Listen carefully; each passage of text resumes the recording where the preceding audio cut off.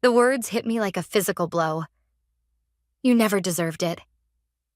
That's what my father's letter said. His final message to me before leaving everything, and I mean everything, to my ex-husband Elijah. I'm Ariel, and at 35, I thought I'd seen every cruel trick life could throw at me. I was wrong. I'm sorry, but the will is quite clear. Turner, my father's lawyer, said from across his mahogany desk. His voice was gentle, but his eyes couldn't quite meet mine. The estate, the properties, the investment portfolio, it's all going to Elijah. He's my ex-husband, I said, my voice surprisingly steady. We've been divorced for 2 years. Your father made these arrangements 6 months ago, shortly before his... Turner cleared his throat. Before his condition worsened, I sat there in my charcoal gray suit, the one I'd worn to close a $1 million deal just yesterday, feeling like that small girl who could never quite earn her father's approval. The leather chair beneath me felt cold and uninviting, just like every childhood dinner where my academic achievements were met with stony silence. There must be some mistake, my mother Bridget said from the chair beside me. She'd aged 10 years in the past week, her usually perfectly styled hair showing strands of gray. Harold wouldn't... It's exactly what he would do. I cut her off, standing up. May I see the letter again? Turner handed me the envelope. My father's handwriting was shaky but determined, just like everything else about him. I scanned past the formal declarations until I reached the personal note. Ariel, you chose your career over family. You chose your ambitious dreams over the legacy I built. You never deserved it. Elijah understands the value of family tradition, of maintaining what generations before us created. He will honor our name better than you ever could. A knock at the door interrupted my reading. Mr. Lawson? His secretary called. Mr. Thornton is here. My stomach clenched. Of course he'd come. Elijah walked in, all designer suit and practiced charm. His eyes met mine, and that familiar smirk played across his lips. Ariel, he said, as if we were meeting for coffee. I'm so sorry for your loss. Save it, I replied, turning to Turner. Is there anything else I need to sign? Actually, Turner began, shuffling through some papers. There are a few documents regarding the tech company shares. The shares? Elijah interrupted, suddenly alert. Those were supposed to be included in the estate. I allowed myself a small smile. The shares were transferred to my nonprofit's endowment fund last year. Dad signed off on it himself. What? Elijah's charm cracked. That's impossible. Harold would never check the paperwork, I said, gathering my bag. Dad might not have believed in me, but he did believe in tax benefits. The transfer was completely legal. This isn't over, Elijah called as I headed for the door. I'll contest it. I paused, hand on the doorknob. Contest all you want, but first check your mail. You'll be receiving an invitation soon. An invitation? My mother's voice was confused. To what? The 10th anniversary gala for my nonprofit, I said. We're celebrating a decade of helping women succeed in tech. It would mean so much to have you there, Elijah. After all, you're family now, aren't you? The look of uncertainty that flashed across his face was worth more than any inheritance. Outside Turner's office, the California sun was blinding. My phone buzzed. Carson, my co-founder and best friend, calling for updates. How bad? He asked when I answered. Exactly as we expected, I replied, sliding into my Tesla. Dad left everything to Elijah. Everything except what matters most, I confirmed. Start the gala preparations. It's time to show them what I've really built. Are you sure about this? Carson's voice was concerned. We could just let it go. Focus on the future. I thought about my father's words again. You never deserved it. The same words he'd said when I announced I was starting my own company instead of joining his. The same sentiment behind every disappointed look when I chose coding camps over cotillions. No, I said firmly. Some things need to come to light. Send the invitations. As I drove home, I thought about the empire I'd built while my father wasn't looking. The thousands of women we'd helped break into tech, the millions in funding we'd secured, the future we were creating. Dad was right about one thing. I never deserved his money. I'd earned something far better on my own. And in 3 weeks at the gala, everyone would understand exactly what that meant. Pull up the asset transfer documents again, I told Carson as we sat in my office overlooking San Francisco Bay. The morning fog was just starting to lift, revealing the gleaming towers below. Already ahead of you, he said, spreading papers across my desk. Everything's ironclad. Your father signed over 30% of his tech holdings to the nonprofit's endowment last year. I picked up the document that had started it all, a seemingly innocent tax planning proposal I'd presented to my father. He was so focused on minimizing his estate tax burden that he never looked past the numbers. Classic Harold, Carson snorted, always thinking he was the smartest person in the room. My phone buzzed. A text from Beatrice, one of our most successful program graduates who now ran our mentorship initiative. The gala venue is confirmed. The Four Seasons Ballroom, just as you requested. Perfect, I replied, then looked up at Carson. Have you started the guest list?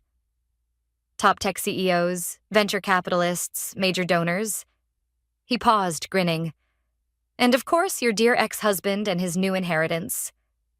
Don't forget the press, I added. I want every tech journalist in Silicon Valley there. Carson leaned back in his chair, studying me. You know, we could just announce the endowment transfer through a press release. Why make it so theatrical? Before I could answer, my office door opened and Turner walked in, looking uncomfortable in his usual suit and tie. Ariel, he said, clutching his briefcase. We need to talk about something. I gestured to the chair beside Carson. Please sit. There's a document, Turner began. One that your father made me promise not to mention until after the will was read. He pulled out a yellowed envelope. It's about the company's founding. My heart skipped a beat. The founding? But that was 30 years ago. Yes, Turner nodded. And it involves your mother. Carson stood up. I should probably stay, I said sharply. Whatever this is, I want a witness. Turner opened the envelope with trembling fingers. Your mother wasn't just a silent partner in the company's creation. She was the one who developed the initial software architecture. Your father, he bought her out when you were young, made her sign an NDA. The room seemed to spin. He what? That's why she never fought back, Turner continued. Why she stayed quiet all these years. The NDA had a lifetime clause, but he slid the document across my desk. It expired upon his death. I scanned the papers, my mother's signature clear at the bottom. Dates, code specifications, patent applications, all in her name originally. Does Elijah know about this? I asked. No, Turner replied. Your father made sure this stayed buried. He thought it would diminish his legacy. I reached for my phone, dialing my mother's number. It rang twice before she answered. Mom, can you come to my office? There's something we need to discuss. An hour later, my mother sat in the same chair Turner had occupied, tears streaming down her face as she read the old documents. I never wanted you to know, she whispered. He promised he'd support your dreams if I stayed quiet. But then he did everything he could to stop me anyway, I finished. She looked up at me, really looked at me, perhaps for the first time in years. What are you going to do? I walked to my window, watching the fog completely dissipate to reveal the clear bay waters below. First, we're going to digitize every page of these documents. Then we're going to prepare a very special presentation for the gala. The anniversary gala? She asked. Yes, I smiled. We're celebrating 10 years of helping women reclaim their place in tech.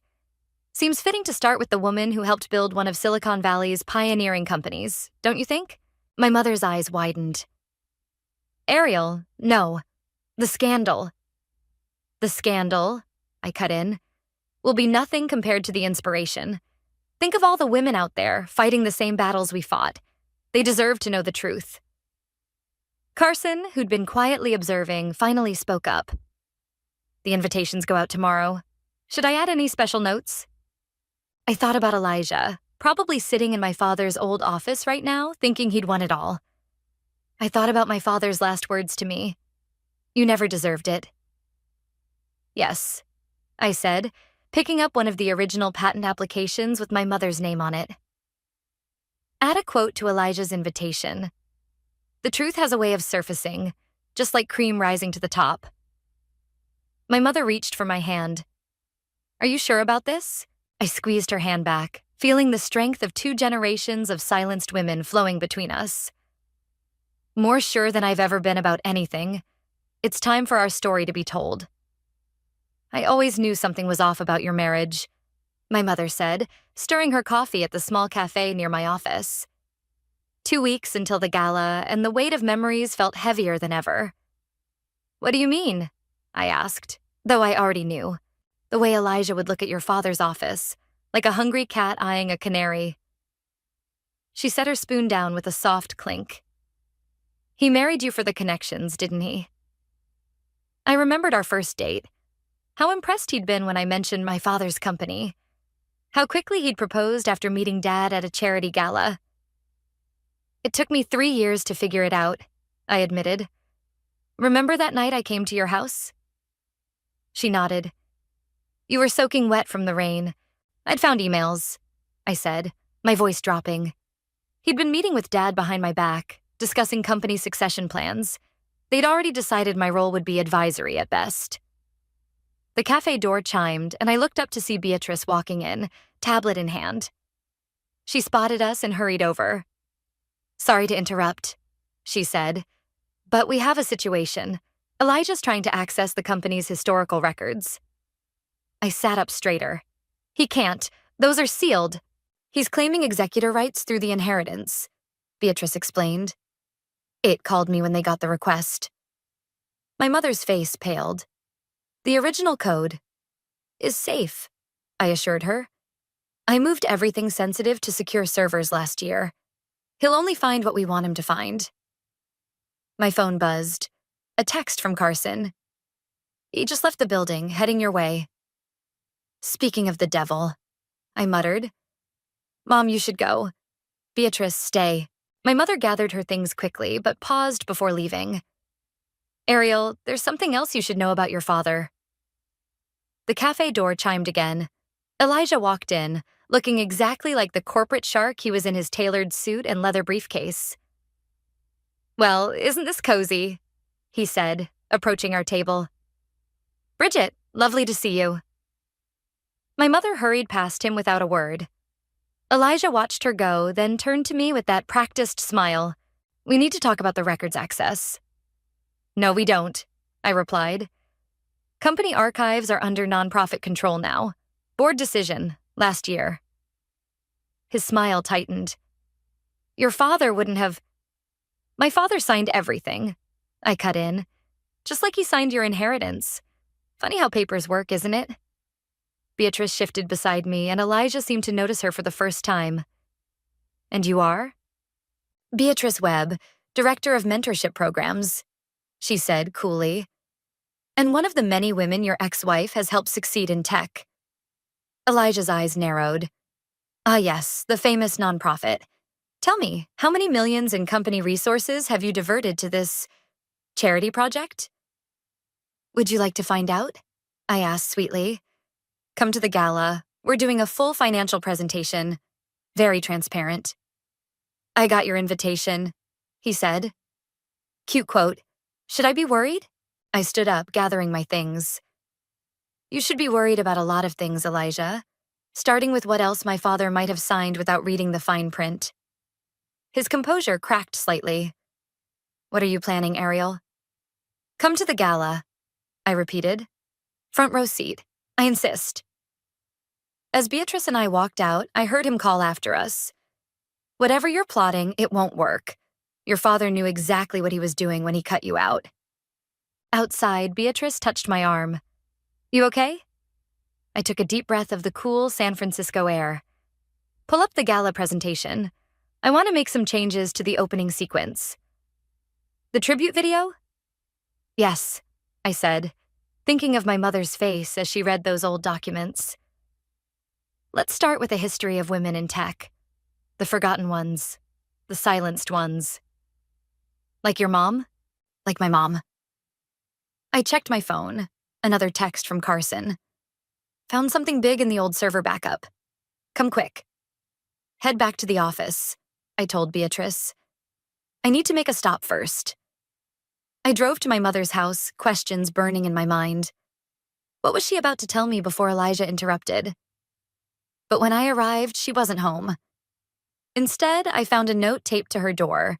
There's more to the story. Your father didn't just take my code. He took someone else's, too. Check the original patent dates. Look for a woman's name. I'm sorry I kept this secret so long. Mom. Standing there, holding that note, I realized this wasn't just about my inheritance anymore. This wasn't even about revenge. This was about every woman who'd ever been pushed aside, written out, or bought off. And in 2 weeks, at the gala, their stories would finally be heard. Play it again, I told Carson, watching the old video footage we'd discovered in the server backup. The grainy recording showed a company meeting from 1992, my father standing at a podium during the company's first major product launch. Watch the woman in the background, Carson said, pointing to a figure partially hidden behind a pillar. That's her, isn't it? The woman was taking notes, her face serious and focused. She looked exactly like the photo in the original patent documents my mother had mentioned. Sarah Martinez, I said, the real architect of the security protocol that made Dad's company famous. And another woman he wrote out of history, Carson added, pausing the video. Your mom found her? Living in Arizona now, I said, checking my phone. I've got a call scheduled with her in an hour. The gala preparations were in full swing around us.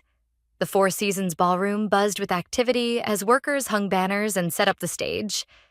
A massive screen dominated the back wall, ready for our presentation. Beatrice rushed over, clipboard in hand. The journalists are confirmed. We've got TechCrunch, Wired, Forbes. What about the Wall Street Journal? I asked. Front row, she smiled. Right next to Elijah's assigned seat. My phone buzzed. Turner calling. I stepped away to answer. Ariel, he said, sounding worried. Elijah's lawyers are asking questions about the patent history. Let them ask, I replied. How long before they find it? A day, maybe 2. The original filing is public record. Perfect timing, I said, watching the workers adjust the lighting. Just in time for the gala. After hanging up, I walked the ballroom, checking every detail. The table settings gleamed, each place card carefully positioned. I stopped at Elijah's seat, right beneath the main screen. Ms. Vasquez? A worker approached with a large covered frame. Where would you like your father's portrait? Center stage, I said, but don't uncover it until I give the signal. My phone buzzed again. Sarah Martinez was ready for our call. I found a quiet corner and dialed. Mrs. Martinez? Thank you for taking my call. Please call me Sarah, she said, her voice warm but tired. Your mother told me what you're planning. Are you sure you want to open this door? Did he threaten you? I asked. Like he threatened my mother? A long pause. He didn't have to. He just showed me the stack of legal papers and mentioned how expensive good lawyers are. I had 2 kids in college. And he bought your silence with a settlement. Which expired last month, she said, just like your mother's. I watched the workers adjust my father's portrait on stage. Would you be willing to record a video statement? For the gala? Already did, she replied. Your mother's friend helped me set it up yesterday. It's time the truth came out. After the call, I found Carson by the tech booth, reviewing the presentation sequence. Sarah's video just arrived, he said. It's powerful stuff. Want to see? Before I could answer, my phone buzzed with a text from Elijah. Just found some interesting old patents. We need to talk. Not yet, I texted back. Save it for the gala. His reply was immediate. Whatever you're planning, remember who holds the cards now. I showed Carson the message. He's getting nervous. Good, Carson said. But Ariel, are you ready for the fallout? This won't just expose your father's lies. It'll shake the entire tech industry. Look around, I said, gesturing to the ballroom. Every woman in this industry has a story like Sarah's, like my mother's. Maybe it's time for some shaking. Beatrice joined us, holding her tablet. Final guest list is locked in. Your mother confirmed she's coming. And the special presentation? She nodded. Queued and ready. We've got backup copies on 3 different servers. My phone buzzed one more time. Turner again. Elijah's lawyers found the original patent. They're drafting cease and desist letters. I smiled, thinking of the documents safely stored in our secure servers, the videos ready to play, the journalists primed for a story that would rock Silicon Valley. Let them try, I told Carson and Beatrice. The truth doesn't need anyone's permission to come out. Looking up at my father's covered portrait, I thought about his last words to me. You never deserved it. He was right, in a way. I never deserved to be written out of history, just like my mother never deserved to be silenced, just like Sarah never deserved to have her work stolen. In 3 days at the gala, we'd all get exactly what we deserved. The truth, served cold and public, with a side of long overdue justice. You can't do this. Elijah burst into my office the day before the gala, waving a stack of papers. These patents, they'll destroy everything. I didn't look up from my laptop. Interesting how quickly you found them once you started looking. Your father built this company from nothing. My father stole this company from the women who actually built it. I cut in, finally meeting his eyes. And you knew, didn't you? That's why you're really here. He collapsed into the chair across from my desk, his usual polished demeanor cracking. I found the settlement papers in his safe, the ones with your mother's signature and Sarah's. And when did you find those? Before or after you married me? His silence was answer enough. That's why you pushed so hard for me to focus on being a wife instead of working, I continued. You and Dad were afraid I'd find out the truth if I got too involved in the company. We were protecting you. You were protecting yourselves. I stood up, anger finally breaking through. Do you know what it did to my mother? Watching another woman run the company she built? Having to smile at charity events while Dad took credit for her work? Elijah leaned forward. Look, we can fix this. The inheritance, we can split it. 50-50. I laughed, the sound harsh in the quiet office. You still don't get it. This isn't about money. Then what do you want? I want the truth to come out. All of it. I walked to my window, looking down at the city below.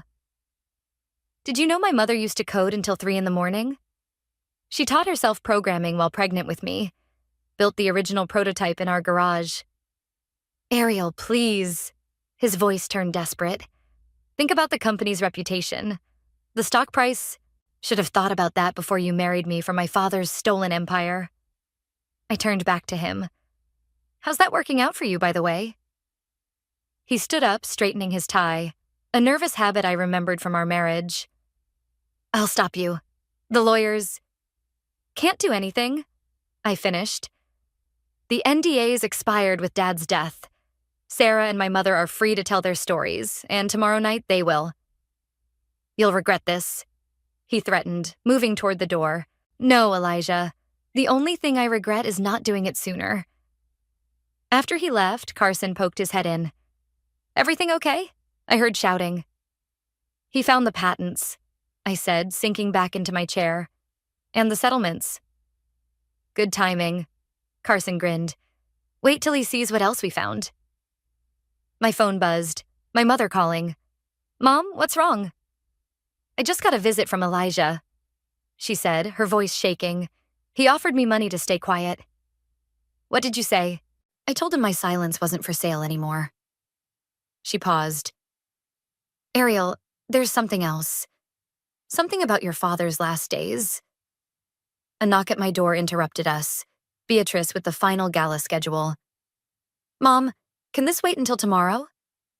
No, it's important. Your father, before he died, he tried to... Another knock, more urgent this time. Turner stood in my doorway, face pale. Mom, I have to go. We'll talk tomorrow, okay? Turner waited until I hung up before speaking. There's been a development. Your father's personal diary. I found entries about Sarah and your mother. And? And about you. He pulled out a worn leather notebook. He knew you were investigating the patents. That's why he changed his will. I took the diary with trembling hands. There, in my father's handwriting. Ariel's too close to the truth. She's been accessing old records, asking questions. I can't let her take control. She'll expose everything. Elijah will protect our legacy. He understands what's at stake. When did you find this? I asked Turner. This morning. It was in a sealed envelope meant to be delivered to Elijah after the will was executed. I flipped through the pages, decades of my father's secrets laid bare. Does Elijah know about this? Not yet. I thought, you should see it first. I reached for my phone, texting Carson. Emergency meeting, now. Within minutes, Carson and Beatrice were in my office, reading the diary entries. This changes everything, Beatrice said. He didn't just know about the stolen patents. He was actively covering them up until the end. No, I said, an idea forming. This changes nothing. In fact, it makes tomorrow even better. What are you thinking? Carson asked. I picked up my father's diary, a small smile playing on my lips. I think it's time we add one more item to tomorrow's presentation.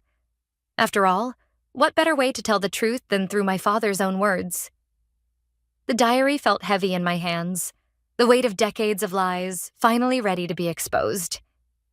Tomorrow couldn't come soon enough. The pre-gala tech showcase was in full swing, with hundreds of women demonstrating their innovations across the conference center floor.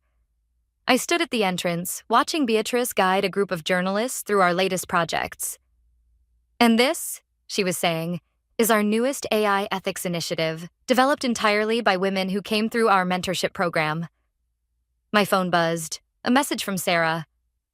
Just landed. Your mother picked me up. We're ready for tomorrow. Quite an empire you've built. A familiar voice said behind me. I turned to find Turner, looking uncomfortable in the bustling tech environment. The kind my father never understood. I replied. What brings you here? This. He handed me a sealed envelope. Your father's last letter to Elijah. It was supposed to be delivered tomorrow, but I thought you should see it first. Before I could open it, Carson rushed over. Ariel, you need to see this. Now. He led me to a quiet corner and pulled up a news article on his tablet. The headline made my blood run cold. Tech pioneer's widow claims ownership of revolutionary software patent. Your father's new wife, Carson explained. She's saying he promised her rights to the original code. I skimmed the article, my hands tightening on the tablet. She's lying. She didn't even know him when the code was written. She has documents, Carson said. They look forged, but they'll muddy the waters. I finished. Try to discredit tomorrow's revelation. My phone buzzed again. My mother this time. Sarah and I are going through the old code files. You won't believe what we found. Tell them to wait, I told Carson. I'm heading over. But before I could leave, Beatrice appeared with the journalists in tow. Ariel, they have questions about tomorrow's announcement. I'm sorry, I said to the eager reporters. But tomorrow's presentation will speak for itself. I promise it's worth the wait. After they dispersed, I ducked into an empty conference room and finally opened Turner's envelope. The letter inside was dated just days before my father's death. Elijah, protect my legacy at all costs. Ariel knows too much. The women, they must stay silent. Use whatever means necessary. The money is yours if you succeed. Harold, my hands shook as I called my mother. Mom, what did you find? Hidden comments in the original code, she said, her voice excited. Sarah and I both used to leave messages in our work. Timestamps, signatures, proof we wrote it. Your father thought he deleted them all, but programmers always leave breadcrumbs, I finished. Can you document everything? Already done. Sarah's daughter, she's a digital forensics expert. She's verifying everything right now. I looked out the conference room window at the showcase floor, where dozens of women were demonstrating their innovations, each of them standing on the shoulders of women like my mother and Sarah, women who refused to stay silent. My phone buzzed with a text from Elijah. "Your father's wife contacted my lawyers. Last chance to stop this." Another buzz. Turner. "Elijah's trying to get an emergency injunction to stop tomorrow's presentation." And another. Carson. "Media's going crazy with speculation about tomorrow. Stock price is already fluctuating." I walked back out to the showcase floor, watching Beatrice demonstrate our latest project, a platform helping women document and protect their intellectual property. The irony wasn't lost on me. "Ms. Vasquez?" A young programmer approached me, her eyes bright with admiration. "I just wanted to say thank you. Your program changed my life." "What's your name?" I asked. "Maria. I was about to quit tech before I found your nonprofit. The harassment, the stolen credit, it felt hopeless. I thought about my mother, about Sarah, about all the women who came before. It won't always be like this, Maria. Sometimes the truth just needs a spotlight." My phone buzzed one final time. "Sarah. Code verification complete. Everything documented. Your father can't bury us anymore." I texted Carson. "Add one more section to tomorrow's presentation. Let's show them exactly how code signatures work." Then I messaged Elijah. "See you tomorrow. Front row, remember? You won't want to miss this." Looking around the showcase floor, at all these brilliant women sharing their innovations, I finally understood. This wasn't just about exposing my father's lies or getting revenge on Elijah. This was about breaking a cycle, about ensuring no other woman would have her work stolen, her voice silenced. Tomorrow, the truth wouldn't just come out. It would echo. The Four Seasons ballroom hummed with anticipation. Every seat was filled. Tech executives, journalists, and in the front row, exactly where I'd placed him, sat Elijah, looking increasingly uncomfortable as the minutes ticked by. "Ready?" Carson whispered as we stood backstage. I checked my phone one last time. A message from my mother. "We're in position. Sarah's ready." "Start the show," I told Carson. The lights dimmed, and the massive screen came to life with our opening video, a montage of women in tech through the decades. The familiar corporate music faded, and I stepped onto the stage. "Good evening," I began, my voice steady. 10 years ago, we started this nonprofit with a simple mission: to ensure no woman's contribution to technology would go unrecognized. My eyes found Elijah's in the crowd. He was gripping his armrest, knuckles white. "Tonight we're going to tell you a story. It begins in 1992 in a garage in Palo Alto." The screen behind me shifted to show old footage. My mother, younger and determined, typing at an ancient computer. That's Bridget Vasquez, writing the code that would become the foundation of one of tech's biggest companies. I paused, letting the whispers ripple through the crowd. A company my father claimed he built alone. Security guards appeared at the ballroom doors as Elijah started to rise. I saw Turner place a restraining hand on his arm. "But she wasn't alone," I continued. "Sarah Martinez, would you please stand?" From the middle of the room, Sarah stood, dignified and proud. The screen changed to show her original patent applications. The security protocols that made the company famous? That was Sarah's work. Work my father bought and buried. Gasps echoed through the room. Journalists were frantically taking notes. And here, I clicked to the next slide showing my father's diary entries, is the proof, in his own words. Elijah finally broke free from Turner and stood. "This is slander. I have injunction papers." "Which won't hold up," Turner interrupted, standing as well. "Because everything she's saying is documented. In fact," he pulled out a folder. "I have the original settlement papers right here." The screen shifted again, showing lines of code with embedded signatures and timestamps. "For the technical minds in the room," I continued over the growing murmurs, "you'll recognize these signatures. Every programmer leaves their mark. My father thought he erased them all. He was wrong."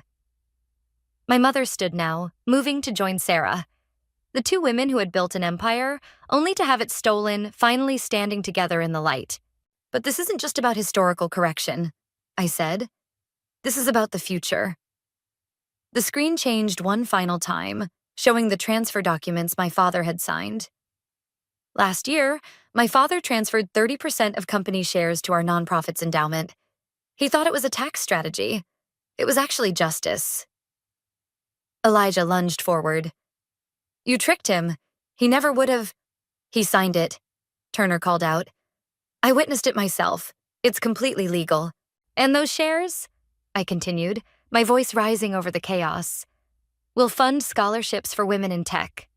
Forever. The room erupted in applause.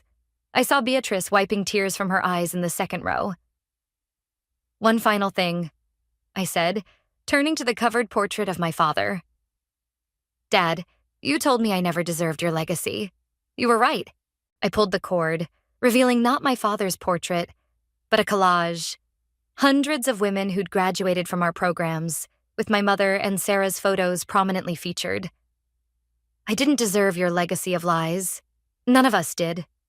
We deserved better, and now we're building it ourselves. The standing ovation was deafening. Journalists were already rushing for the doors, racing to break the story. Elijah stood frozen, watching as his inherited empire crumbled in real time. My mother and Sarah made their way to the stage, both crying and laughing at once. As they reached me, my mother pressed something into my hand, a floppy disk from 1992. The original code, she whispered. I kept it all these years, waiting for the right moment. Sarah hugged me tight. Thank you for finishing what we started. I looked out at the crowd, at the women cheering, at the men shifting uncomfortably in their seats, at Elijah being cornered by reporters. No, I said, holding up the disc. Thank you for showing us the way. The headlines would come tomorrow. The legal battles would follow. But standing there with these pioneering women beside me, I knew we'd already won the most important victory. The truth was finally free, and no one could bury it again. The board votes unanimously to approve the resolution, Turner announced, closing his folder with a satisfying thump. Across the conference table, Elijah slumped in his chair, defeated. So that's it? He asked. Everything goes to the foundation? Not everything, I replied. Just what was stolen in the first place. The original patents returned to their rightful creators. I nodded toward my mother and Sarah, who sat proudly at the head of the table. The rest of the inheritance is still yours, if you can figure out what's actually left. The morning sun streamed through the windows of what used to be my father's office. The headlines had been running nonstop since the gala. Tech empire built on stolen code, women pioneers reclaim their legacy, daughter exposes father's tech industry fraud. Sign here, Turner said, sliding papers toward Elijah. It's this or a very public court battle. Your choice. Elijah's hand shook as he picked up the pen. Your father would have hated this. My father hated a lot of things, I said, mostly the truth. As Elijah signed, Beatrice knocked and entered with Carson. The first scholarship recipients are here. Send them in. I smiled. 20 young women filed into the office, their eyes wide with excitement. Among them was Maria, the programmer from the showcase. Welcome to your new internship program, my mother said, standing to greet them. I'll be your lead mentor, along with Sarah. And I'll be teaching you how to protect your intellectual property, Sarah added, giving me a knowing look. Elijah stood abruptly, heading for the door. He paused beside me.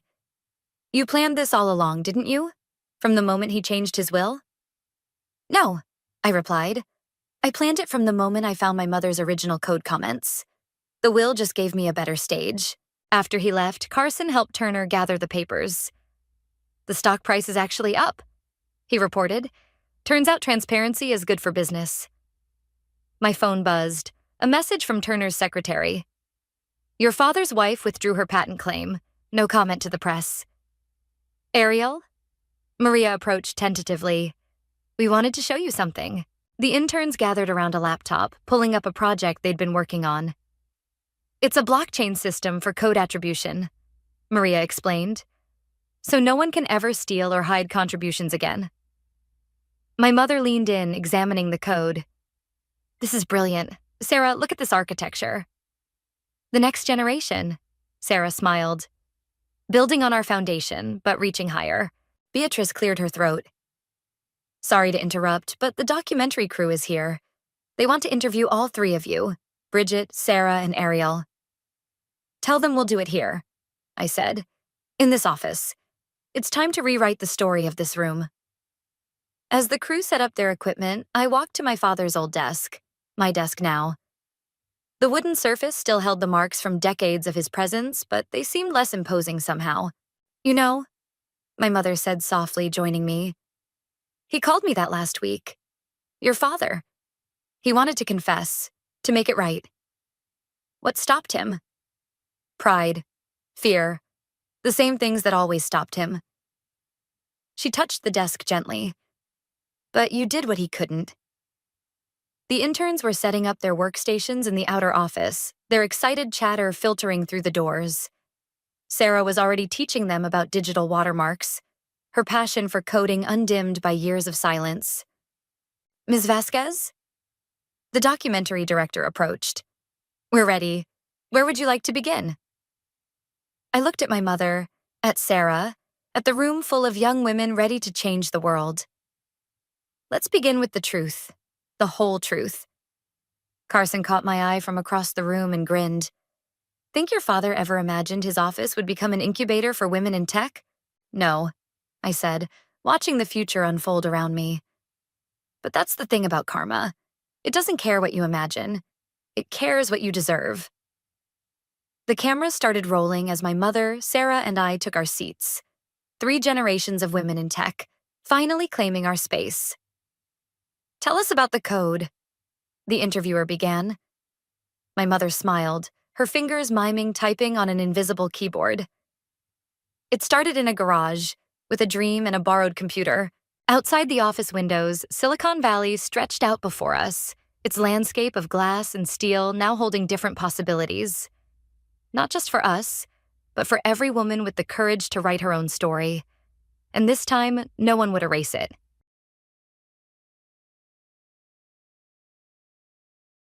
Look, it's not like Mark and I had fireworks or anything when we met. We just clicked, you know? We were 2 people who found out we fit well together, and that was that. Love came later, like a surprise guest at a party you didn't know you were throwing. I'm Emily, by the way. Emily Johnson. Well, now it's Patterson since I married Mark. Mark's a great guy, steady and kind. But his family? That's a whole other story. His dad, Mr. Patterson, he's all right. A quiet man who loves his garden more than anything. But his mom, Mrs. Patterson, and I, we just never hit it off. Then there's Linda, married to Mark's older brother Dave. She's the perfect daughter-in-law, always agreeing with Mrs. Patterson, always a step ahead in pleasing her. It's like she's playing a role in some drama where she's the star, and Mrs. Patterson is the adoring audience. So, one day, we're all at their place for dinner. Mark and I, Dave and Linda, and the Pattersons, of course. Mrs. Patterson's going on and on about their new house. You know, the one they got with a huge mortgage? She's like a broken record, always comparing it to our small apartment.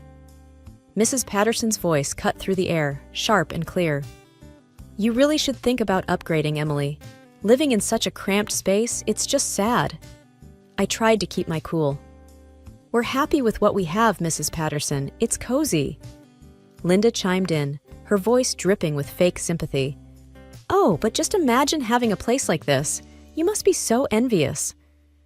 Mark squeezed my hand under the table, a silent plea for me to let it go. I bit my tongue and forced a smile. Yeah, Linda, maybe one day, I said, keeping my voice light. Mr. Patterson, trying to change the subject, asked Mark about his work. I was grateful for the distraction. Mark talked about his latest project, and for a moment, we all fell into a more comfortable conversation. But Mrs. Patterson couldn't help herself. Well, it's good you're keeping busy, Mark. But with Emily not working, I do wonder how you manage. It must be tough. I felt my face flush. Actually, I've been thinking about starting my own business, I said. more to stand my ground than anything else. Mrs. Patterson raised an eyebrow. A business? What can you possibly do? Before I could answer, Linda laughed. Oh, let's not bore ourselves with fantasies. More wine, anyone? The evening dragged on, filled with more jabs and thinly veiled insults. By the time Mark and I got back to our apartment, I was fuming. Mark tried to calm me down. Hey, just ignore them. We know what we have, and that's all that matters. I nodded, but inside, I couldn't shake off the feeling of being looked down upon, of being the underdog in a family that thrived on appearances and material wealth. Little did I know, things were about to get a whole lot more complicated. Life's funny, you know? One minute you're thinking you've got it all figured out, and the next, you're wondering how you got stuck in this sitcom of a family drama. That's how it felt every time we visited Mark's parents. Their new house was like a trophy, big, shiny, and always on display. I remember this one Saturday. Mark and I were at our place, enjoying our usual lazy morning routine, when he got a call from his dad, asking if we could come over. I knew what that meant. Another round of show off the house and make Emily feel small. We got there, and Mrs. Patterson was in full hostess mode, guiding us through rooms we'd seen a dozen times already. And here's the new coffee table we got. Italian marble, you know. It's quite expensive, but you get what you pay for. Mark, bless him, always tried to be diplomatic. Looks great, Mom. Really ties the room together. I just nodded along. What else could I do? Then came the inevitable comparison. I just can't imagine how you two manage in that tiny apartment of yours. It must feel so cramped, Mrs. Patterson said, her voice all sugary concern. I felt my patience wearing thin. It's not that bad, Mrs. Patterson. We like it. She tisked, shaking her head. But you deserve better, Emily. A woman should have a proper home, not some shoebox. Before I could bite back a retort, Mark's dad, Mr. Patterson, called out from the kitchen. Anyone wants a beer? I'll help you, Dad, Mark said quickly, giving me a look that said, please, no drama.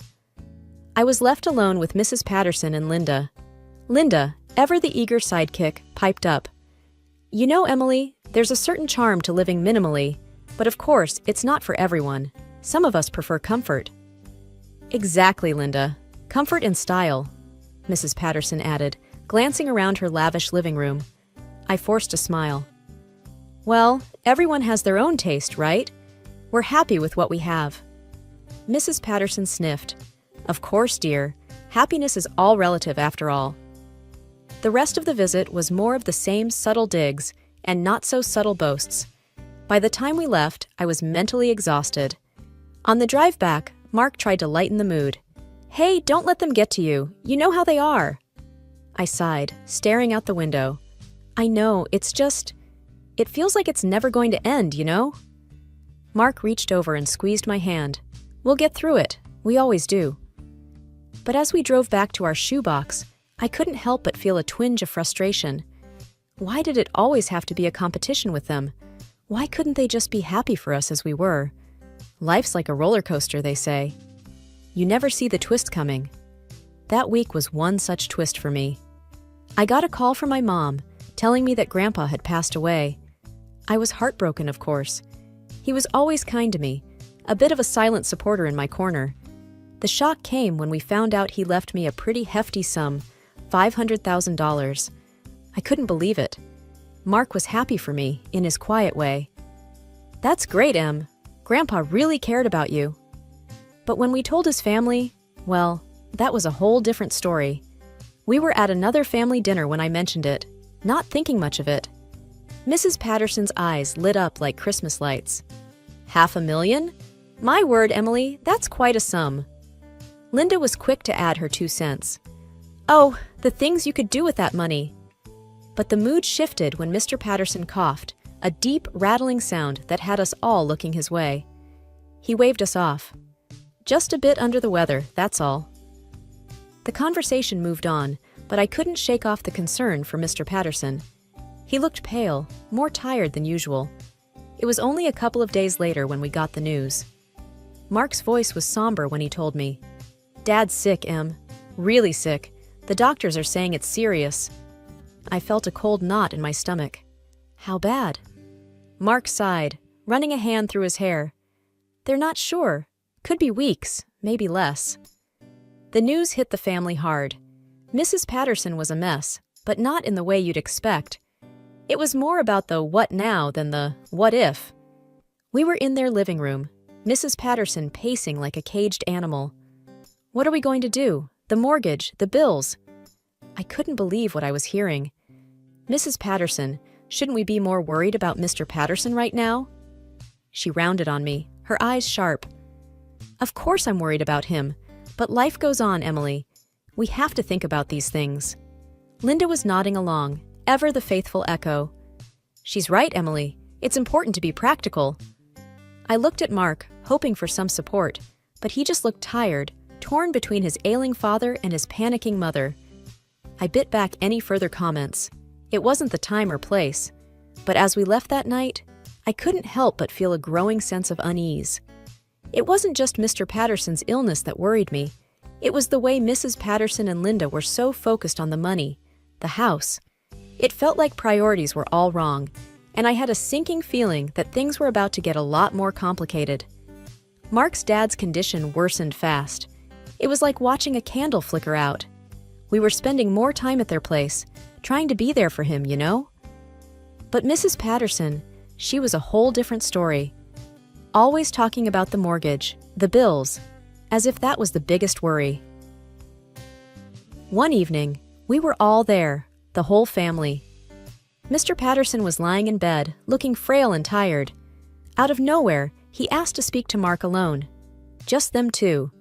It was strange, seeing him so serious. Mark looked taken aback, but nodded. Sure, Dad, let's talk. They went into the bedroom and closed the door. That's when I noticed Mrs. Patterson and Linda. They were like cats who heard a can opener. Their ears practically perked up. What do you think they're talking about? Linda whispered to Mrs. Patterson, not even trying to hide her curiosity. Mrs. Patterson had that look, you know, like she was trying to solve a puzzle. I don't know, but I bet it's about the will or the house. I was standing there, feeling awkward, when Linda turned to me. Emily, you must be dying to know, right? I mean, with your husband being the only son and all.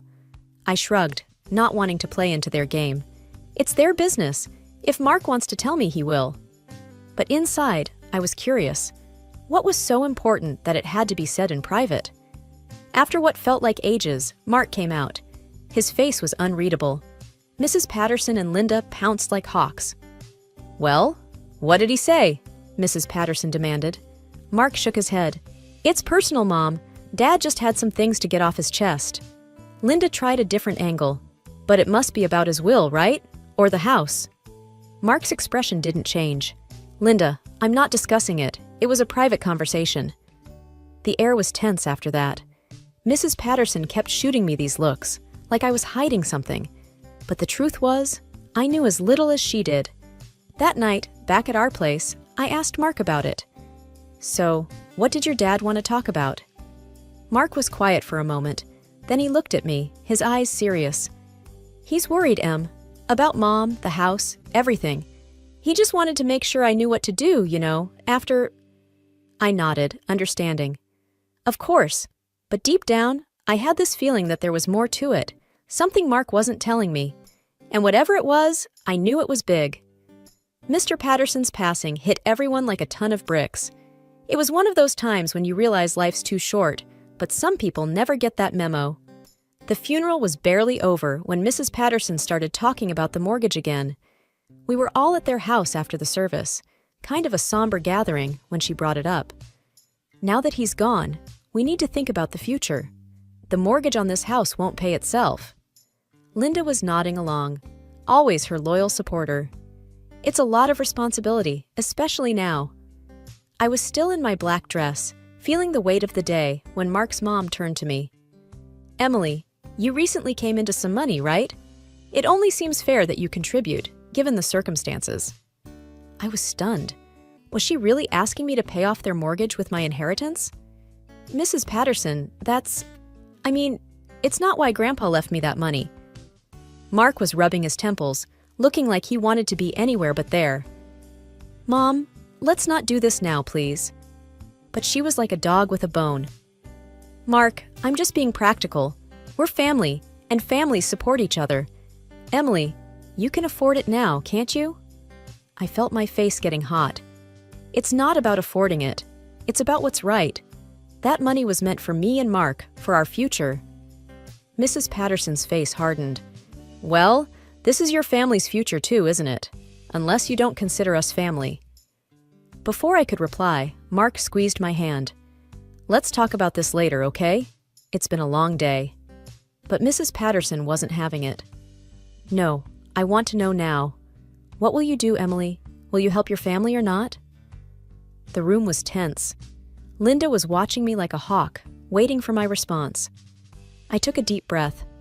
We'll think about it, but this isn't the time or the place to decide.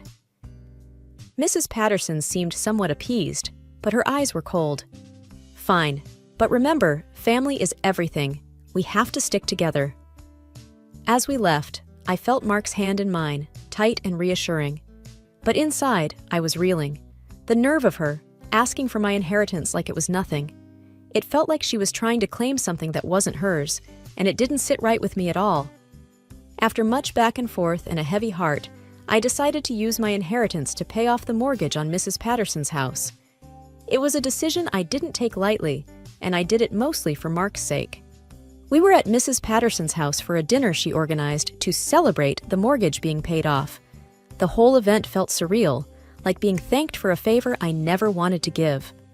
As we sat down for dinner, Mrs. Patterson was beaming. Emily, this is such a generous contribution you've made.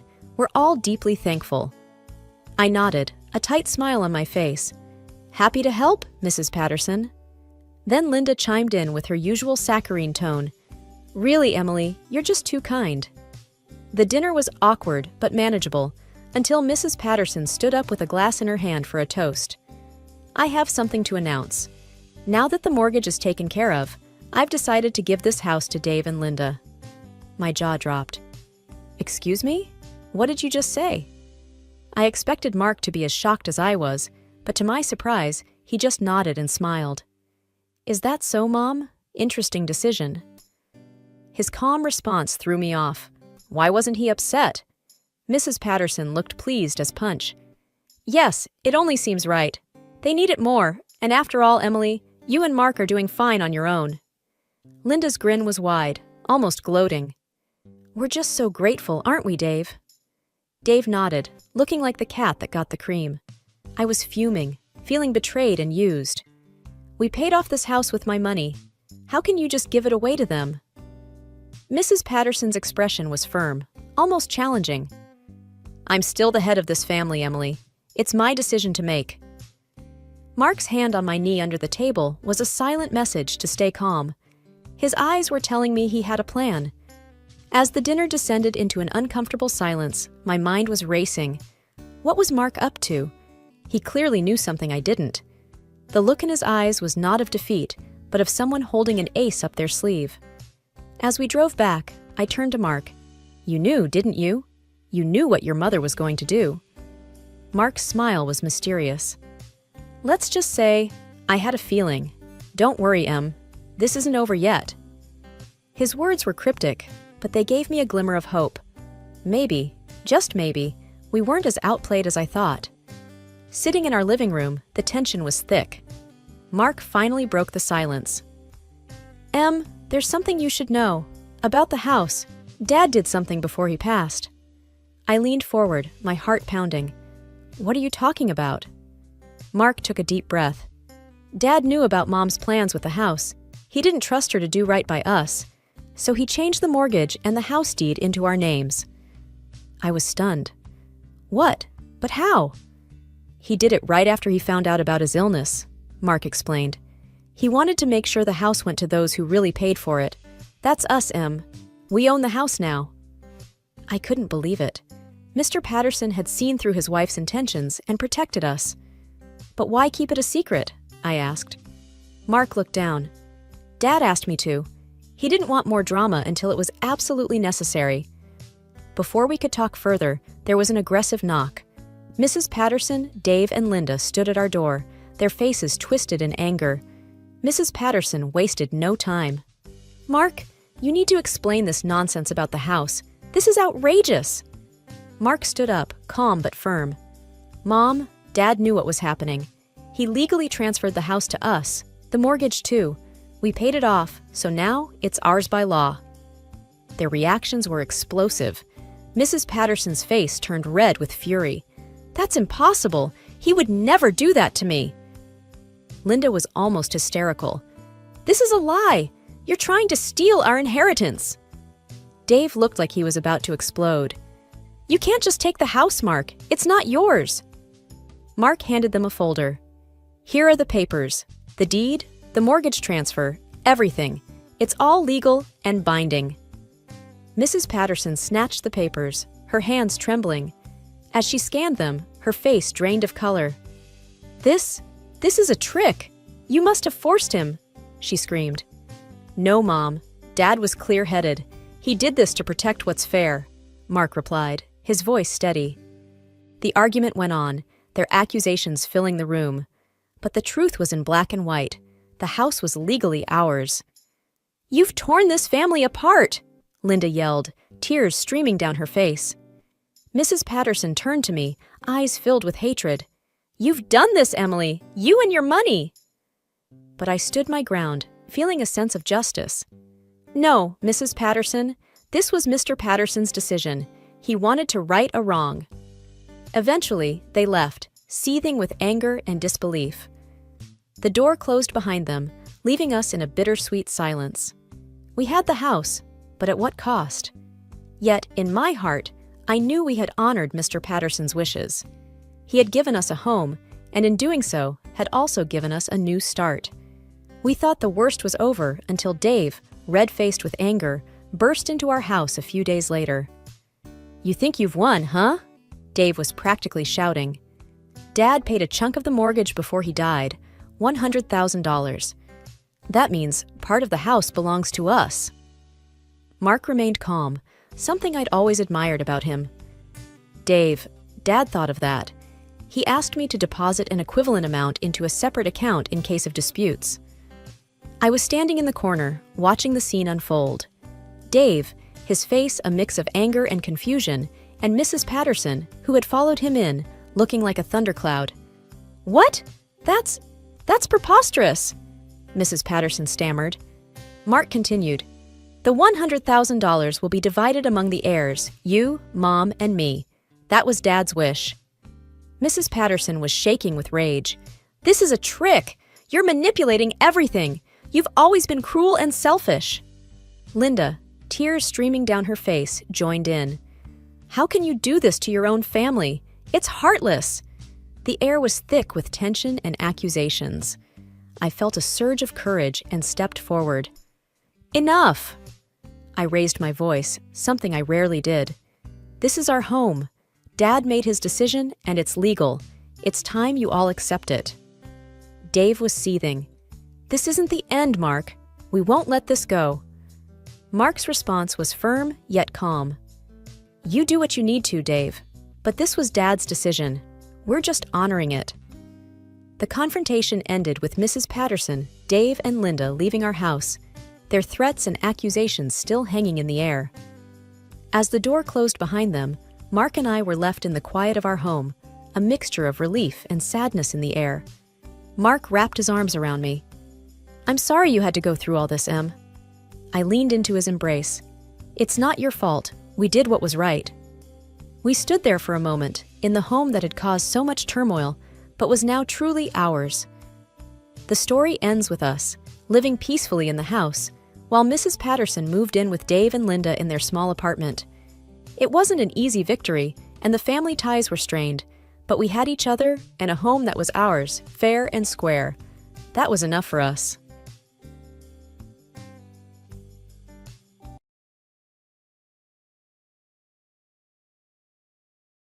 Hi, I'm Laura. If you peeked into my life, you'd probably find me buried in code, working remotely from my cozy little apartment. It's just me, my laptop, and the comforting hum of my routine. I'm not one for crowds or big social scenes. But Anna, my best and only friend since college, she's the complete opposite. She's this whirlwind of energy, always surrounded by friends, and happily married to Tom, who's as chatty and friendly as they come. Every time we meet, Anna has this thing about pushing me to date.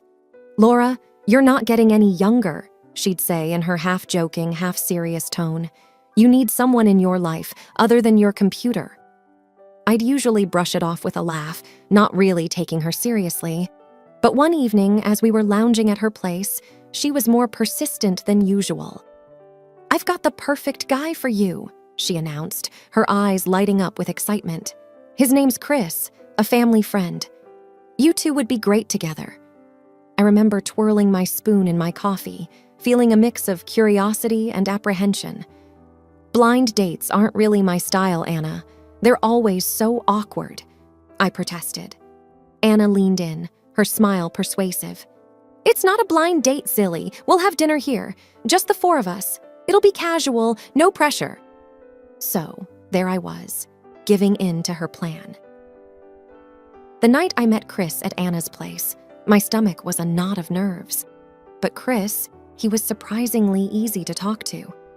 Kind of reserved, but with a genuine smile that made me feel more at ease. We all chatted in Anna's living room, the conversation flowing smoothly until Tom, out of the blue, brought up their struggles with fertility. "We're trying for a baby, but it's been hard," he said, and I could see the hope mixed with worry in his eyes. I nodded, feeling a bit out of my depth with such a personal topic. "I hope it works out for you guys," I said, and meant it. After that night, Chris and I started seeing each other. It wasn't like those dramatic love stories you read about. It was more comfortable. He was a good listener, and we shared a lot of the same interests. Before I even knew how it happened, we were dating. I remember thinking, as I fell asleep one night after one of our dates, that having someone else around isn't so bad. Not so bad at all. 6 months had flown by, and there I was, in a simple yet elegant white dress, saying "I do" to Chris. It felt surreal, standing there with him, Anna intently watching us, her belly now showing a growing life inside. Tom was beaming, taking photos like a man on a mission. The first months of our marriage felt like living in a dream. Chris was everything I'd hoped for in a partner, attentive, caring, always making me laugh with his subtle humor. We'd have these quiet evenings, just the two of us, and I cherished every moment. But as time passed, I noticed changes. Small at first, like Chris coming home late more often. "Work's been crazy," he'd say, kissing me on the forehead before heading to the shower. One evening, while Chris was working late again, I called Anna. "Hey, it's me. Chris has been really busy with work lately. Is this normal after getting married?" Anna's voice crackled through the phone. "Totally normal, Laura. Tom was like that too. Men in their work, you know?" I wanted to believe her, but something felt off. Chris was home less and less, and when he was, there was this distance, like he was there but not really with me. We stopped having those quiet evenings. It was like living with a ghost. One night when he came home late again, I couldn't hold it in anymore. "Chris, we need to talk. You've been so distant lately. Is everything okay?" He just shrugged, avoiding eye contact. "It's just work, Laura. You wouldn't understand. It's really busy right now." I lay in bed that night, staring at the ceiling, wondering if this was what marriage was supposed to be like. The silence in the house felt heavy, suffocating. I missed our talks, our laughs, the way he used to look at me. The next morning, I called Anna, hoping for some reassurance. "Anna, I don't know what to do. It's like Chris is a different person." "Laura, give it time. He's just adjusting to married life. It's a phase. It'll pass," Anna said, but her words didn't comfort me like they used to. I hung up, feeling more alone than ever. Was this just a phase, or was I losing the man I married? The uncertainty was the hardest part, like walking in the dark, not knowing where the path was leading. The more Chris stayed out late, the more the silence in our house seemed to echo with unanswered questions. "Working late again," he'd say, his excuses sounding more and more like a rehearsed script. I'd lie awake, staring at the ceiling, the unease growing inside me like a thorny vine. Desperate for some advice, I called Anna. I could hear the faint cries of her baby in the background. "Anna, I'm worried about Chris. He's always out late. It doesn't feel right," I said, my voice tinged with concern. Anna's response was quick, almost dismissive. "Oh, Laura, you're just being paranoid. I'm too busy with the baby to think about such things. Tom was the same when we first got married. It's normal," she said, the sound of her baby feeding interrupting our conversation. Her words did little to soothe me. If anything, they made me feel more alone, my concerns brushed off as mere paranoia. I couldn't shake the feeling that something was off. So, I decided to take a drastic step. Using my programming skills, I put together a small spyware program. I knew it was a violation of trust, but the need for truth overpowered my guilt. I installed it on Chris's phone, telling myself it was just to put my mind at ease. The first time I logged into the program, my heart pounded in my chest. The screen showed a map with Chris's location, a hotel in the city, nowhere near his office. As the days passed, the pattern became clear. Different hotels, always in the evenings. My stomach churned with each new revelation, but nothing prepared me for what I found next. The program allowed me to see his messages. I hesitated, knowing this was crossing a line, but I had to know. The chat window opened, and there it was, a stream of messages between Chris and someone else. Not just anyone, but Anna, my best friend. Their words were intimate, a stark contrast to the distant, almost formal way he spoke to me. I sat there, my whole body numb, as I read their plans, their laughter at my expense, the betrayal laid bare in pixels on my screen.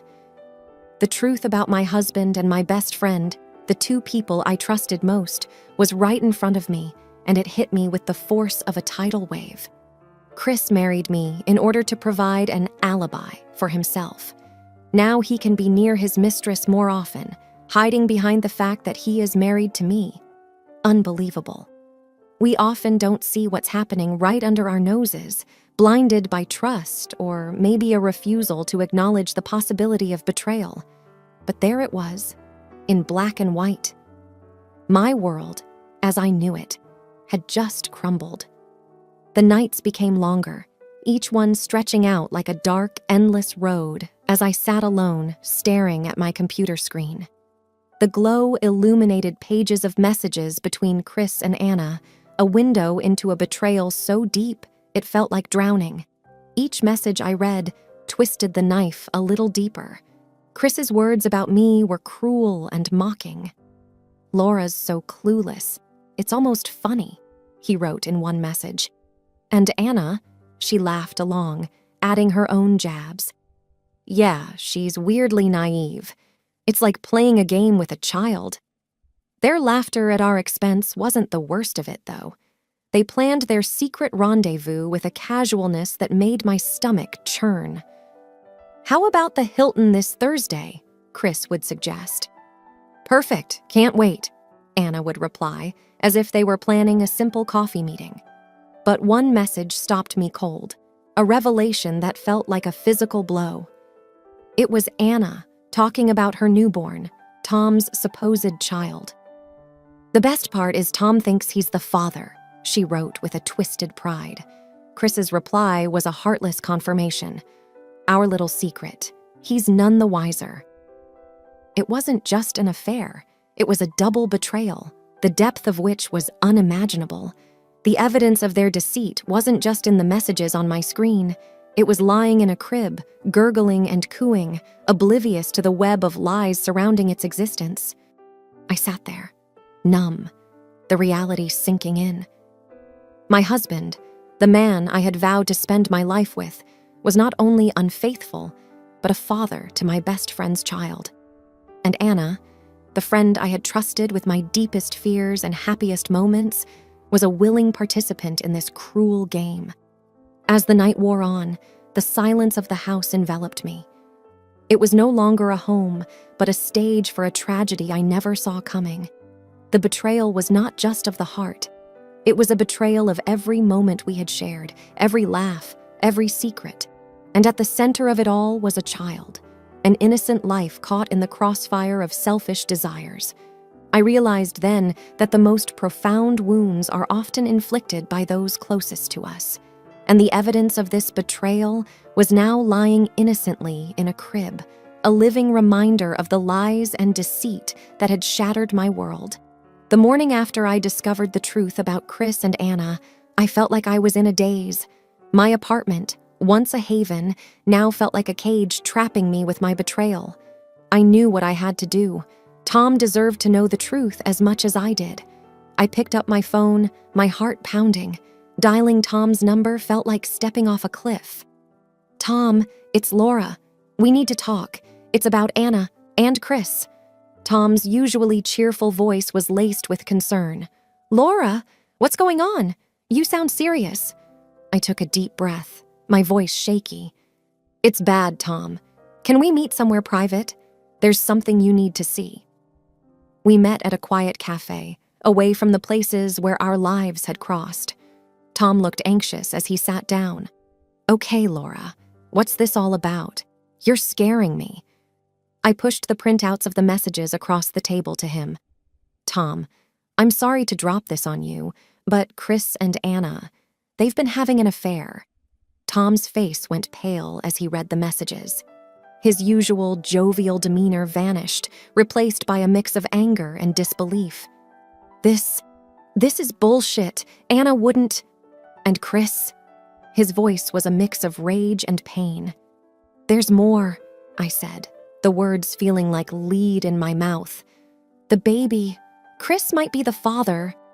Tom looked like he had been slapped. He slammed his hand on the table, drawing stares. "That son of a... How could they do this? My own wife? My baby?" I could see the hurt in his eyes, raw and unfiltered. "I'm so sorry, Tom. I thought you should know. You deserved the truth." Tom ran his hands through his hair, a gesture of frustration and disbelief. "I can't believe I've been such a fool. We need to do something, Laura. We can't let them get away with this." His words echoed my own thoughts. "I agree. We need a plan. They've been playing us for fools, and it's time they faced the consequences." As we talked, our plan began to take shape. It wasn't just about confronting them. It was about exposing their lies, making them feel a fraction of the pain they'd caused us. We left the cafe with a sense of purpose, a bond formed through shared betrayal. As I drove home, the reality of what I was about to do settled in. This wasn't just about confronting a cheating spouse. It was about revenge. And my revenge would be cold, much colder than an iceberg. The day of the confrontation felt like walking into a storm.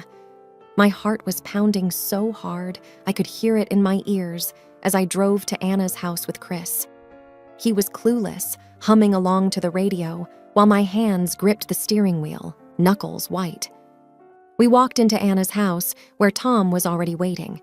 His face was a mask of calm, but his eyes were like flint. Anna greeted us, all smiles, unaware of the storm about to break. "Hey, everyone. So glad you could make it," Anna chirped, her voice grating on my nerves. Tom cut right to the chase. "I have something to share. A surprise." Anna's smile faltered. "A surprise? What kind of surprise?" Tom pulled out an envelope. "It's a DNA test. It says, 'I'm not the father of your baby, Anna.'" Anna's face drained of color. "What? Tom, why would you? That's ridiculous." Chris turned to me, confusion written all over his face. "Laura, what's going on?" I looked him straight in the eye, my voice steady. "Why don't you tell us, Chris, about you and Anna?" Anna's eyes darted between me and Tom, panic rising. "Laura, I don't know what you're talking about." Tom slammed his hand on the table, his voice rising. "Cut the crap, Anna! We know about the affair. We have the proof." Chris's face went from confused to pale. "Laura, it's not what you think." I threw the printouts of their messages on the table. "It's exactly what I think. How long, Chris? How long have you been lying to me?" Anna started to cry, her sobs dramatic. "It was a mistake. I'm so sorry." Tom's voice was like ice. "Sorry doesn't cut it, Anna. You've ruined everything." The room was thick with tension, a tangle of lies and betrayal finally laid bare. Chris tried to reach out to me, but I pulled away.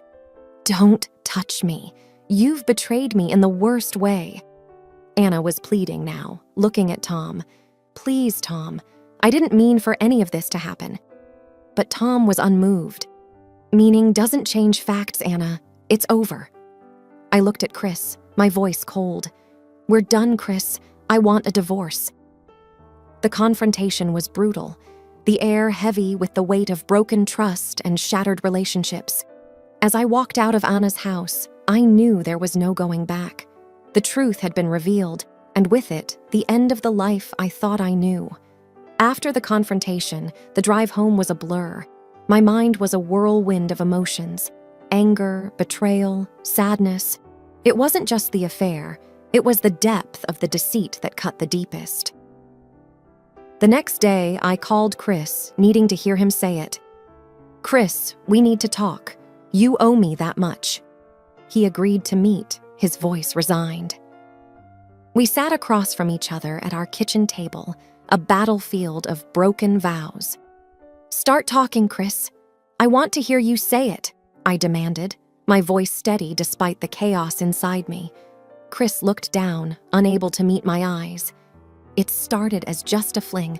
I didn't mean for it to go this far." "A fling? You call destroying our marriage a fling?" My voice rose, tinged with anger and hurt. "I'm sorry, Laura. I never meant to hurt you," he said, his voice barely above a whisper. "Sorry doesn't undo the lies, Chris. It doesn't change anything," I snapped back. There was a pause, heavy with unsaid words. "What are you going to do?" he finally asked. "I want a divorce, and I'll be talking to a lawyer about compensation for this betrayal," I said, my resolve firm. Chris nodded, defeated. "I understand. I'll cooperate." The conversation with Anna was even harder. I called her, my former best friend, now the source of my deepest pain. "Anna, we need to talk," I said as soon as she picked up. "Laura, I'm so sorry. I never wanted to hurt you." Anna's voice was shaky, filled with false remorse. "Save it, Anna. How could you do this to me? To Tom? To your own family?" I asked, my voice hard. "I was selfish. I made a terrible mistake," she admitted. "A mistake? You made a choice, Anna. And now you have to live with the consequences," I replied coldly. "I know, and I'll do whatever it takes to make it right," she said, but her words felt empty. "It's too late for that. Tom knows everything. You've lost him and you've lost me," I said, hanging up before she could respond. The aftermath was messy. Lawyers were involved, divorce papers were filed, and settlements discussed. But through it all, I held my head high. I was hurt, yes, but not broken. I realized that sometimes the hardest betrayals come from those we trust the most. But they also teach us the most valuable lessons about strength and self-respect. As the chapter of my life with Chris and Anna closed, I knew that I was walking away with something invaluable: my dignity and the knowledge that I was stronger than I ever knew. The day I signed the final divorce papers, it felt like I was signing off on the most painful chapter of my life. In the lawyer's office, I couldn't help but reflect on the journey. "You're doing great, Laura. Most wouldn't have handled it as well as you have," my lawyer said, offering a sympathetic smile as he handed me the documents. "Yeah, well, when life kicks you down, you kick back harder," I replied, trying to sound tougher than I felt. Leaving the office, the reality of my new life hit me. I was no longer part of a we, but just me, Laura, on my own. It was scary, but also a chance for a fresh start. I met with Tom a few days later. We were like comrades who had survived the same war. "How's life treating you, Tom?" I asked as we grabbed coffee. Tom sighed, stirring his cup. "It's rough, Laura. Every day's a challenge. But like you said, we kick back harder, right?" "Right. We rebuild, stronger and wiser," I said, feeling a sense of solidarity. We chatted more about moving forward, about not letting our past define us. It was a conversation tinged with sadness, but also hope. Driving home, I thought about Chris and Anna. Last I heard, they were together, but far from happy. Anna, used to a life of luxury, was now stuck in a cramped apartment, constantly at Chris's throat for the financial mess they were in. A neighbor told me how they were always fighting, their arguments loud enough for the whole block to hear. "Police were there just last week," she had said, shaking her head in disapproval. It was ironic. They had betrayed us, thinking they'd find happiness with each other, but all they found was misery. Every scandal, every shout I imagined between them was a reminder that karma does its job. As I entered my apartment, the quiet was a balm to my soul. I was alone, yes, but at peace. I had weathered a storm I never saw coming and came out stronger. I gazed out of my window, the world outside oblivious to my struggles and triumphs. "Here's to new beginnings," I whispered to myself, a small but determined smile on my lips. I turned from the window, feeling a sense of empowerment. The future was uncertain, but it was mine to shape. I had survived, I had learned, and now it was time to live.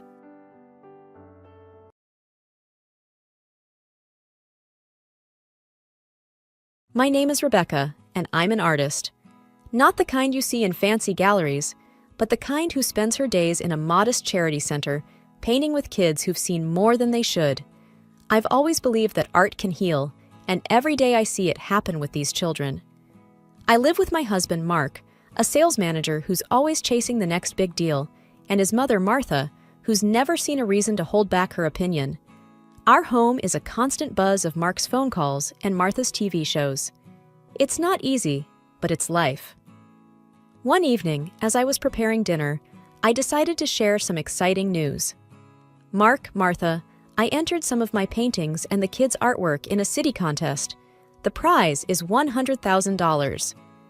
Mark, scrolling through his phone, didn't even look up. "That's nice, Rebecca, but let's be real. What are the chances?" Martha snorted. "With those street kids' drawings? You're dreaming, dear." I tried to explain.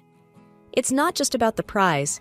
It's about showing what these kids can do, how they express their... Mark cut me off. "Rebecca, why don't you find a real job? Something that actually pays?" I sighed, looking at my half-chopped vegetables. "It's important to me, Mark. This job, these kids, they matter. Moreover, my salary at the center is quite enough to pay bills and food." Martha waved a dismissive hand. "We need real money, Rebecca, not child's play." I finished dinner in silence. That night, as I lay in bed, I couldn't help but feel a mix of excitement and disappointment. I believed in my dream, in the magic of art, and maybe, just maybe, the contest could be a new beginning. But at home, it felt like my dreams were nothing but whispers in a storm. I closed my eyes, picturing the colorful, chaotic art room at the center, the place where my heart felt fullest. Tomorrow, I'd go back there, to my little haven of paints and smiles, away from the doubts and the cold reality of my home life. This contest, it was more than a chance for money. It was a chance to prove to myself, and maybe to Mark and Martha, that what I do is valuable, that it has the power to change lives. And with that thought, I drifted off to sleep, dreaming of vibrant colors and the sound of children's laughter. Each day at the charity center was a journey into a world where paint and canvas became tools of transformation. There, surrounded by children who had seen the darker side of life, I found my purpose. We painted murals together, Walls turned into vibrant stories of hope, each brushstroke a testament to their resilience.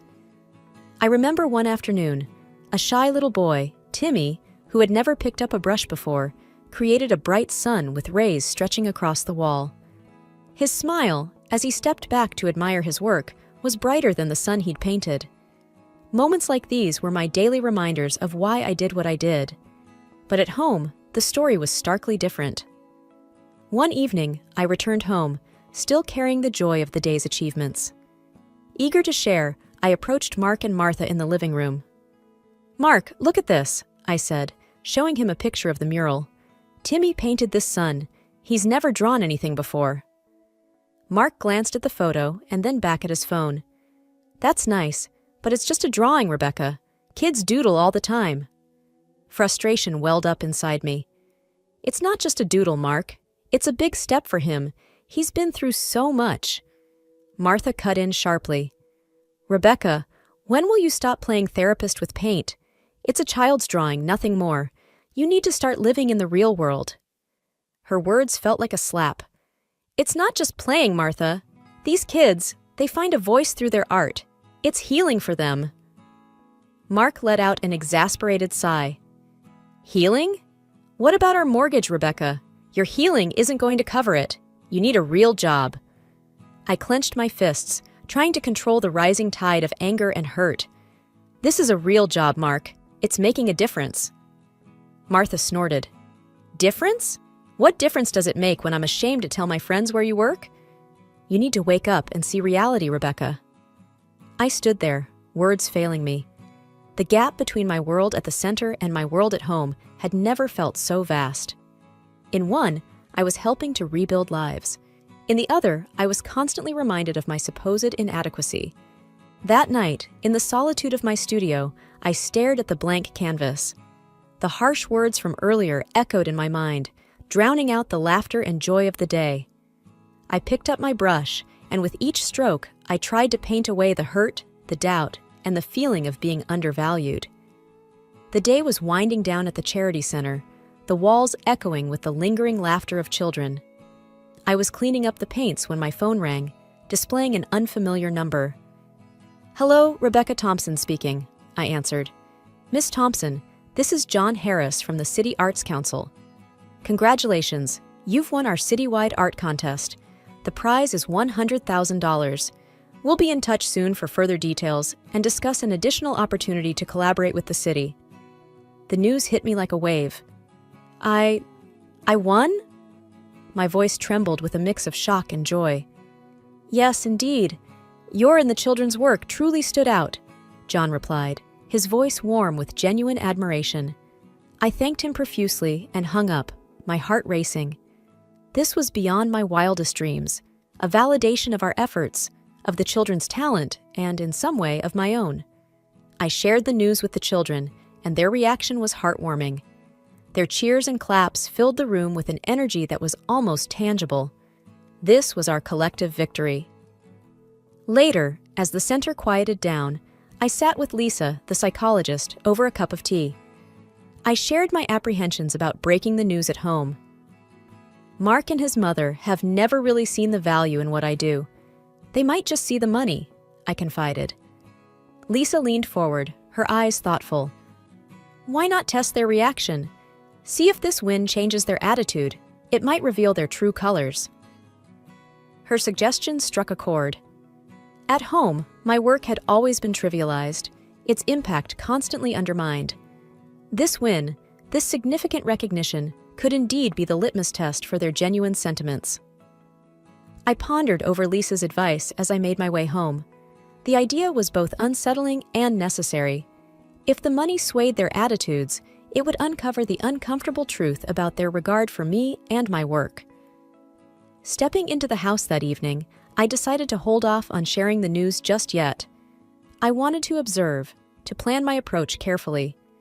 Lisa's words echoed in my mind, and I knew she was right. It was time to find out the truth, however uncomfortable it might be. I went to bed that night with a mix of anticipation and apprehension. I was sure of Mark's love, or at least I wanted to be. But Lisa's proposal was an opportunity to see beyond my hopes, to understand the reality of my home life. I agreed with her. It was a test worth taking. That evening, I decided it was time to put my plan into action. Sitting at the dinner table with Mark and Martha, I took a deep breath and said, "I have something to tell you.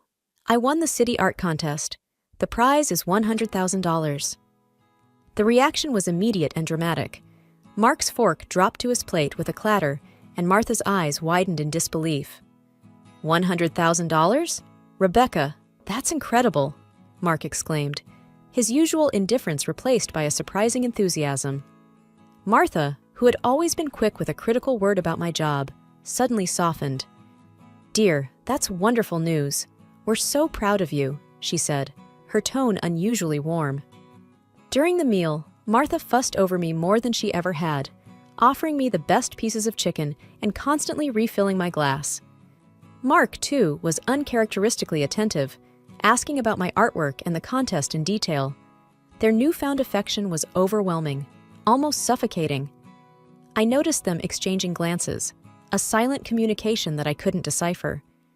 It was as if a switch had been flipped, and the usual cold, dismissive atmosphere had transformed into one of exaggerated warmth and interest. Later that evening, I stepped out of my room to get a glass of water and overheard a hushed conversation coming from the living room. Curiosity got the better of me, and I quietly moved closer.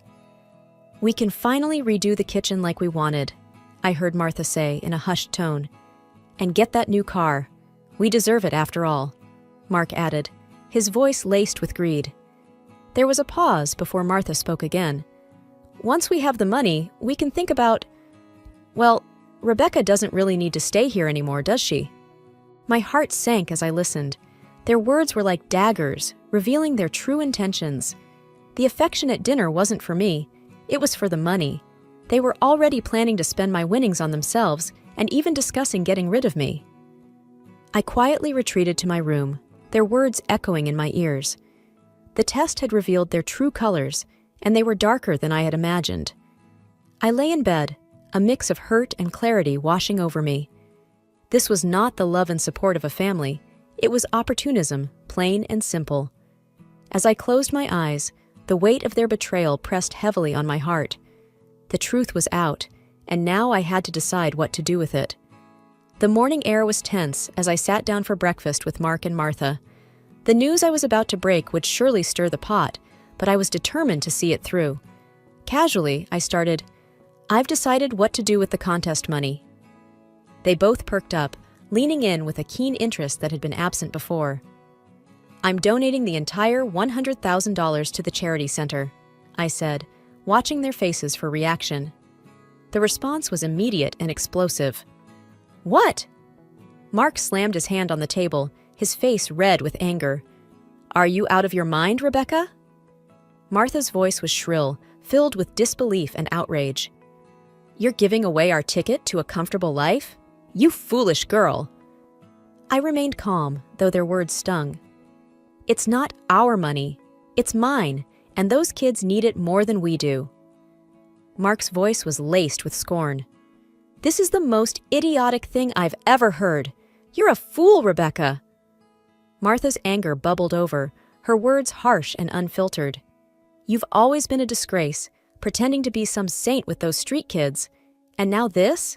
Throwing away a fortune?" I tried to explain. "It's not throwing it away. It's helping children who have nothing." But Mark was relentless.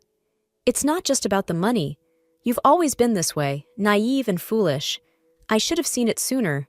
I was planning to wait, spend the money first, but now? Now I want a divorce, Rebecca. I can't be with someone who throws away opportunities like this." His words cut through me, but they also brought clarity. This was the reality of our marriage, stripped of any pretense. I looked at them both, my decision firm. If that's how you feel, then it's clear to me now. This marriage, this relationship, was never about us. It was about convenience, about money. Without another word, I stood up and walked away from the table, away from the vitriol and greed. Their shouts and insults followed me, but they no longer had the power to hurt me. I had seen the truth, and it had set me free. The days following my announcement were cold and quiet. The house felt more like a battleground than a home. Mark and Martha avoided me, their disappointment and anger hanging in the air like a thick fog. I was packing some of my belongings in the bedroom when Mark walked in. His face was hard, his eyes void of the warmth I once knew. "So, you're really doing this? Throwing away our life for some charity?" he asked, his voice edged with bitterness. "I'm not throwing away our life, Mark. I'm choosing to do what's right with my money," I replied, folding a sweater into my suitcase. He let out a harsh laugh. "Your money? It was supposed to be our ticket out of here, Rebecca, and you just gave it away like it was nothing." "It was never about the money for me, Mark. It's about helping those kids, something you never understood." His frustration boiled over. "You're so blinded by your so-called mission that you can't see the real world. You're a dreamer, Rebecca, and dreamers don't survive." I zipped up my suitcase, feeling the finality of the moment. Maybe that's the difference between us, Mark. I dream of making a difference, while you dream of money. Mark's face tightened. "You know what, Rebecca? Maybe it's better this way. I can't be with someone who doesn't see reality. I want a divorce." The words stung, but they didn't surprise me. "If that's what you want, Mark." He turned to leave, then stopped. "You were always a fool, Rebecca. I just didn't see it until now." After he left the room, I sat on the edge of the bed, the weight of his words sinking in. The love I thought we had was overshadowed by greed and misunderstanding. As I carried my suitcase downstairs, Martha didn't even look at me. Her disdain was clear, her silence louder than any words. Stepping out of the house, I felt a sense of relief mixed with sorrow. The chapter of my life with Mark and Martha had closed, but ahead of me was a path of my own making. I got into the taxi, glancing back at the house one last time. This wasn't just an end, it was a beginning of a life where I could be true to myself and my dreams, free from the chains of greed and misunderstanding. The day to sign the divorce papers arrived with a mix of relief and finality. I walked into the lawyer's office, feeling a sense of purpose. Mark was there, and to my surprise, Martha accompanied him. Their presence together was a stark reminder of the life I was leaving behind. As we sat down, Martha didn't waste any time. "You're making a huge mistake, Rebecca. Throwing away a marriage over some charity money," she hissed, her tone laced with disdain. "And how do you plan to survive? With your tiny salary? You can't even afford a decent place to live," she continued, her words sharp and biting. Mark sat silently, casting contemptuous glances at me. I listened to Martha's tirade, feeling a strange detachment. Their words no longer had the power to hurt me. Once the paperwork was done, and it was time to leave, I turned to them, a smile playing on my lips. "You know, I was just testing you," I said, their confused looks fueling my confidence. "Testing us?" Mark echoed, puzzled. "Yes, I wanted to see how you'd react if I said I was donating all the money, and you both showed your true colors." Martha's face contorted in confusion. "What are you saying?" "I'm not giving all the money to charity. That was a lie. And the city? They've given me several lucrative projects. I'm going to be just fine," I said, the satisfaction of revealing the truth making my words strong and clear. The color drained from Mark's face, and Martha's mouth hung open in shock. Their reaction was everything I had expected and more. Mark suddenly found his voice, desperation seeping through. "Rebecca, please, I'm sorry. I didn't mean any of it. Can we start over?" I looked at him. Once my husband, now a stranger begging for a second chance. "No, Mark, we can't. You showed me who you really are, and I have no desire to be with someone like that." Turning to Martha, I added, "And you, Martha, should know that money isn't everything. What I do, my work, it matters more than any luxury you crave." Without another word, I walked out of the office, leaving them behind in their shock and disbelief. I walked into the sunlight, feeling lighter and more confident than I had in years. The divorce was the end of a painful chapter, but it was also the beginning of something new. A chapter where I was the author of my own story, unburdened by others' greed and deception. It was a freedom hard-earned and well-deserved. The months following my separation from Mark and Martha unfolded like a series of vibrant brushstrokes on a once blank canvas. I found myself immersed in a new rhythm of life, one that echoed with the sounds of children's laughter at the charity center and the quiet concentration of my work on city projects. My world, once confined to the expectations and criticisms of a household that didn't understand me, had expanded into a realm where my passion for art and my dedication to helping others were not just acknowledged, but celebrated. I had rented a small apartment in a quaint part of town. It wasn't luxurious, but it was mine, a sanctuary where the walls were adorned with my paintings and the cheerful artwork of the children from the center. Each piece told a story, a reminder of the journey I had embarked on and the lives that had intertwined with mine.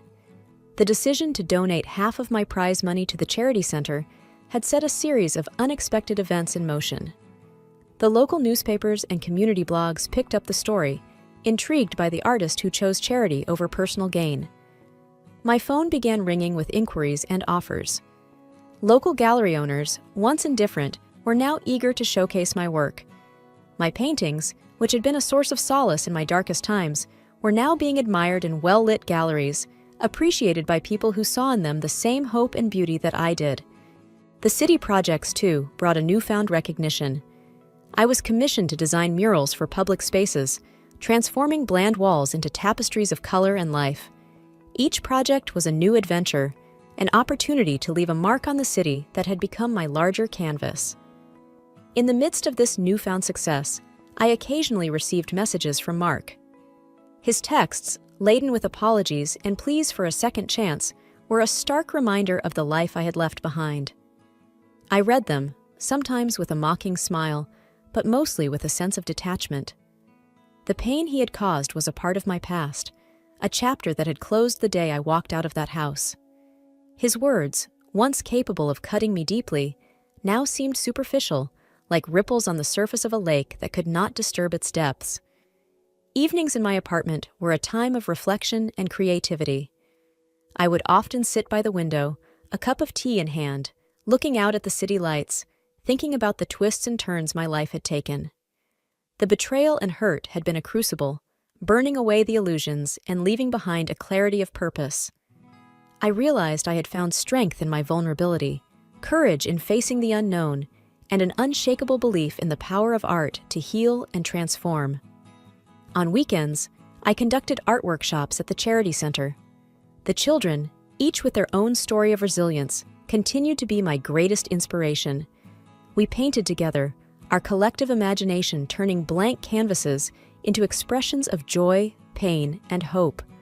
I saw in their eyes the reflection of my own journey, a testament to the healing power of art. As the city embraced my work, my personal life, too, began to flourish in new ways. I made friends in the art community, a group of eclectic and supportive individuals who appreciated me for who I was. We shared stories, laughed, and dreamed together. For the first time in a long time, I felt a sense of belonging. One evening, as I finished a painting for an upcoming exhibition, I stepped back to take it all in. The vibrant colors on the canvas, the sense of accomplishment, the peace that filled my heart. It was a far cry from the days of doubt and belittlement. I had emerged from the shadows of a stifling relationship into the light of self-discovery and fulfillment. As I closed the lights that night and settled into bed, I thought about the future. It was unwritten, full of unknowns, but I was no longer afraid. I had weathered the storm and found my rainbow on the other side. My story was one of transformation, a reminder that even in our darkest moments, there is the potential for a masterpiece, and I was just getting started.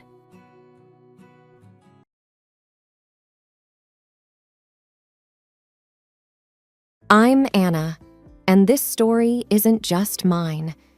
It's about the life I shared with Michael, my husband, and how everything we built together slowly unraveled.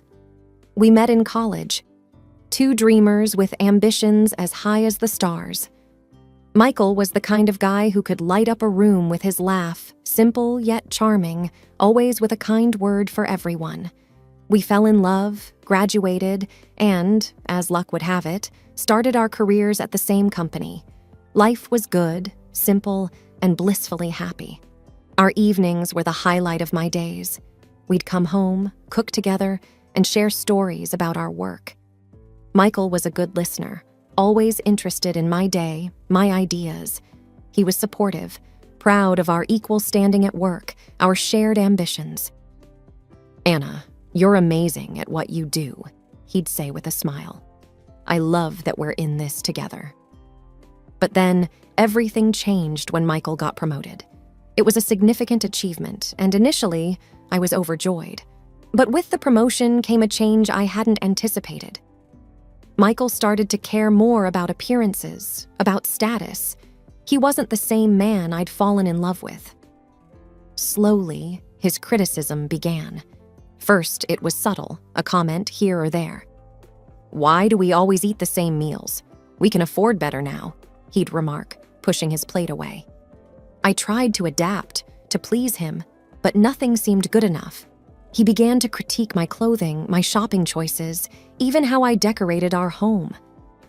"Why do you always buy the cheapest brands? We're not college students anymore, Anna," he'd say, his voice laced with annoyance. I felt a growing distance between us, a chasm that I didn't know how to bridge. The man I loved, who once found joy in our simple life, was now obsessed with wealth and status. One evening, after I returned from grocery shopping with more budget-friendly items, Michael's frustration boiled over. "Anna, this isn't acceptable. You're still dressing and shopping like we're on a tight budget.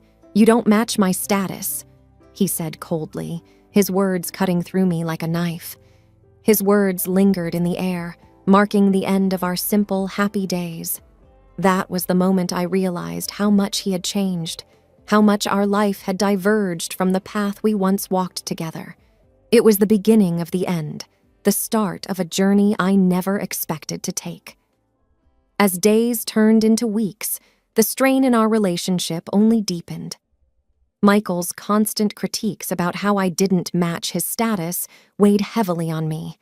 I missed the man he used to be, the one who found joy in our simple life together. But as his obsession with wealth and appearances grew, our connection continued to fade. In the midst of this growing distance, life threw us a curveball. I discovered I was pregnant. The news brought a mix of emotions, joy, fear, and a glimmer of hope that this might bring us back together. Michael's reaction to the pregnancy was surprisingly warm. His face, which had been etched with dissatisfaction for so long, lit up when I told him. "Really? We're going to have a baby?" he exclaimed, his voice filled with an excitement I hadn't heard in ages. For the first time in months, I saw a spark of the old Michael. During my pregnancy, he was attentive and caring, often checking in on me and ensuring I was comfortable. It felt like a breath of fresh air, a brief return to the days when we were a team. When our son, David, was born, Michael's joy was palpable. Holding David for the first time, he looked at me with tears in his eyes. "He's perfect, Anna. We made this beautiful boy," he said, his voice choked with emotion.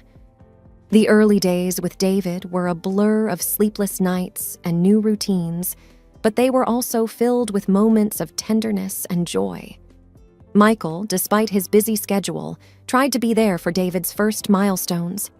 Watching him with our son, I saw glimpses of the man I had fallen in love with. With David's arrival, our relationship found a temporary peace.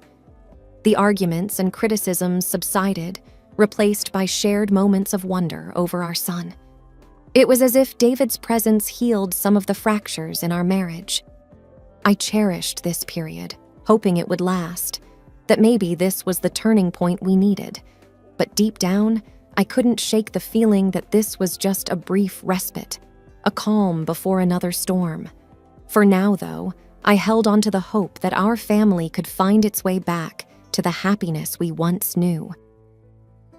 Life with a newborn was a whirlwind, and for a while, it seemed to bridge the gap between Michael and me. But as David grew and the novelty of new fatherhood faded for Michael, the old patterns began to resurface. Michael's work consumed him more than ever, and when he was home, his attention was more focused on showing off David than actually bonding with him. He would buy our son the most expensive toys and clothes, things a toddler would never appreciate. One evening, I found Michael online, browsing through a list of elite preschools. He didn't even look up as I entered the room. "Anna, I'm thinking of enrolling David in St. James Academy. It's the best in the city," he said, not asking but telling. I sat beside him, trying to keep my voice calm. "Michael, he's just 2. Do we really need to send him to such an expensive school?" He finally looked at me, his expression one of disbelief. "Of course, we do. He's my son. He deserves the best." "But he needs time to be a kid, Michael.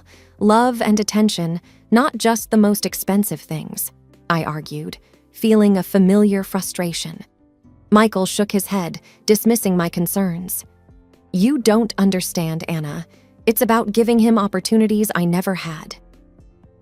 This was our new normal.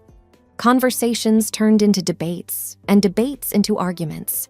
It felt like we were speaking different languages. I longed for the days when our dreams and values aligned. The distance between us wasn't just emotional, it became physical. Michael often returned late from work, long after David and I had dinner.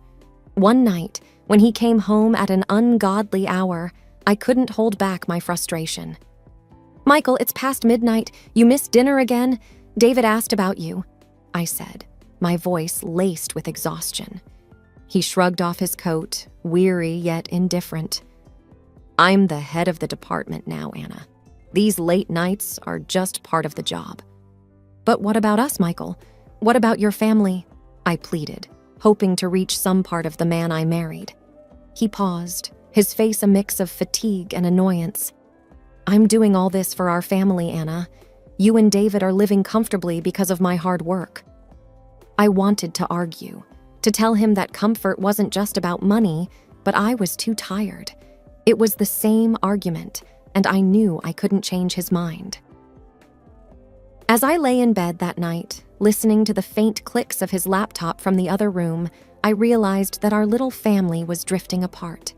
My husband, once my partner in every aspect of life, was now a stranger living under the same roof, connected only by a shared past and a son who deserved better than this growing void between his parents.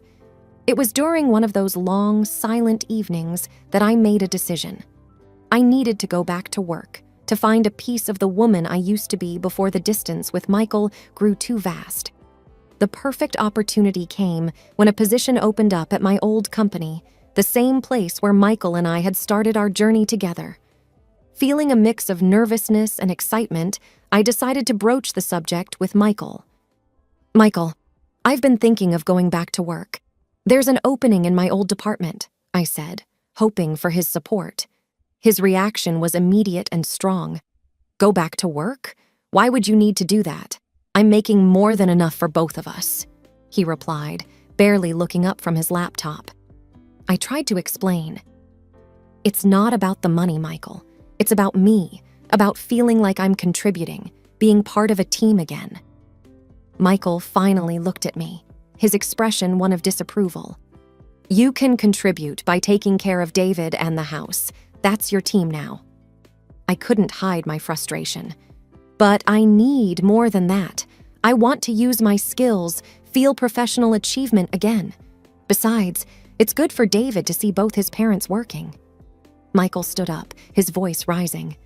"You going back to work, especially at my company, is not a good idea. What will people think? That I can't provide for my family?" I was taken aback by his attitude. "So this is about your image, your status?" He ignored my question and continued. "Look at yourself, Anna. You've changed. You've let yourself go since having David." His words were like a slap in the face. I felt my cheeks burning with a mix of anger and hurt. "What do you mean, I've let myself go?" "You know what I mean. You've gained weight. You hardly take care of yourself. It's not a good look, especially not for the wife of a department head," he said, his tone cold and detached. I was speechless, my heart pounding in my chest. The man who once loved me for who I was now stood there, criticizing my appearance, my worth. "And frankly," he added, his words cutting deeper, "I would be embarrassed to have you working at the company looking like this. I will be ashamed at work for such an ugly wife." I stood there, frozen, as he walked out of the room.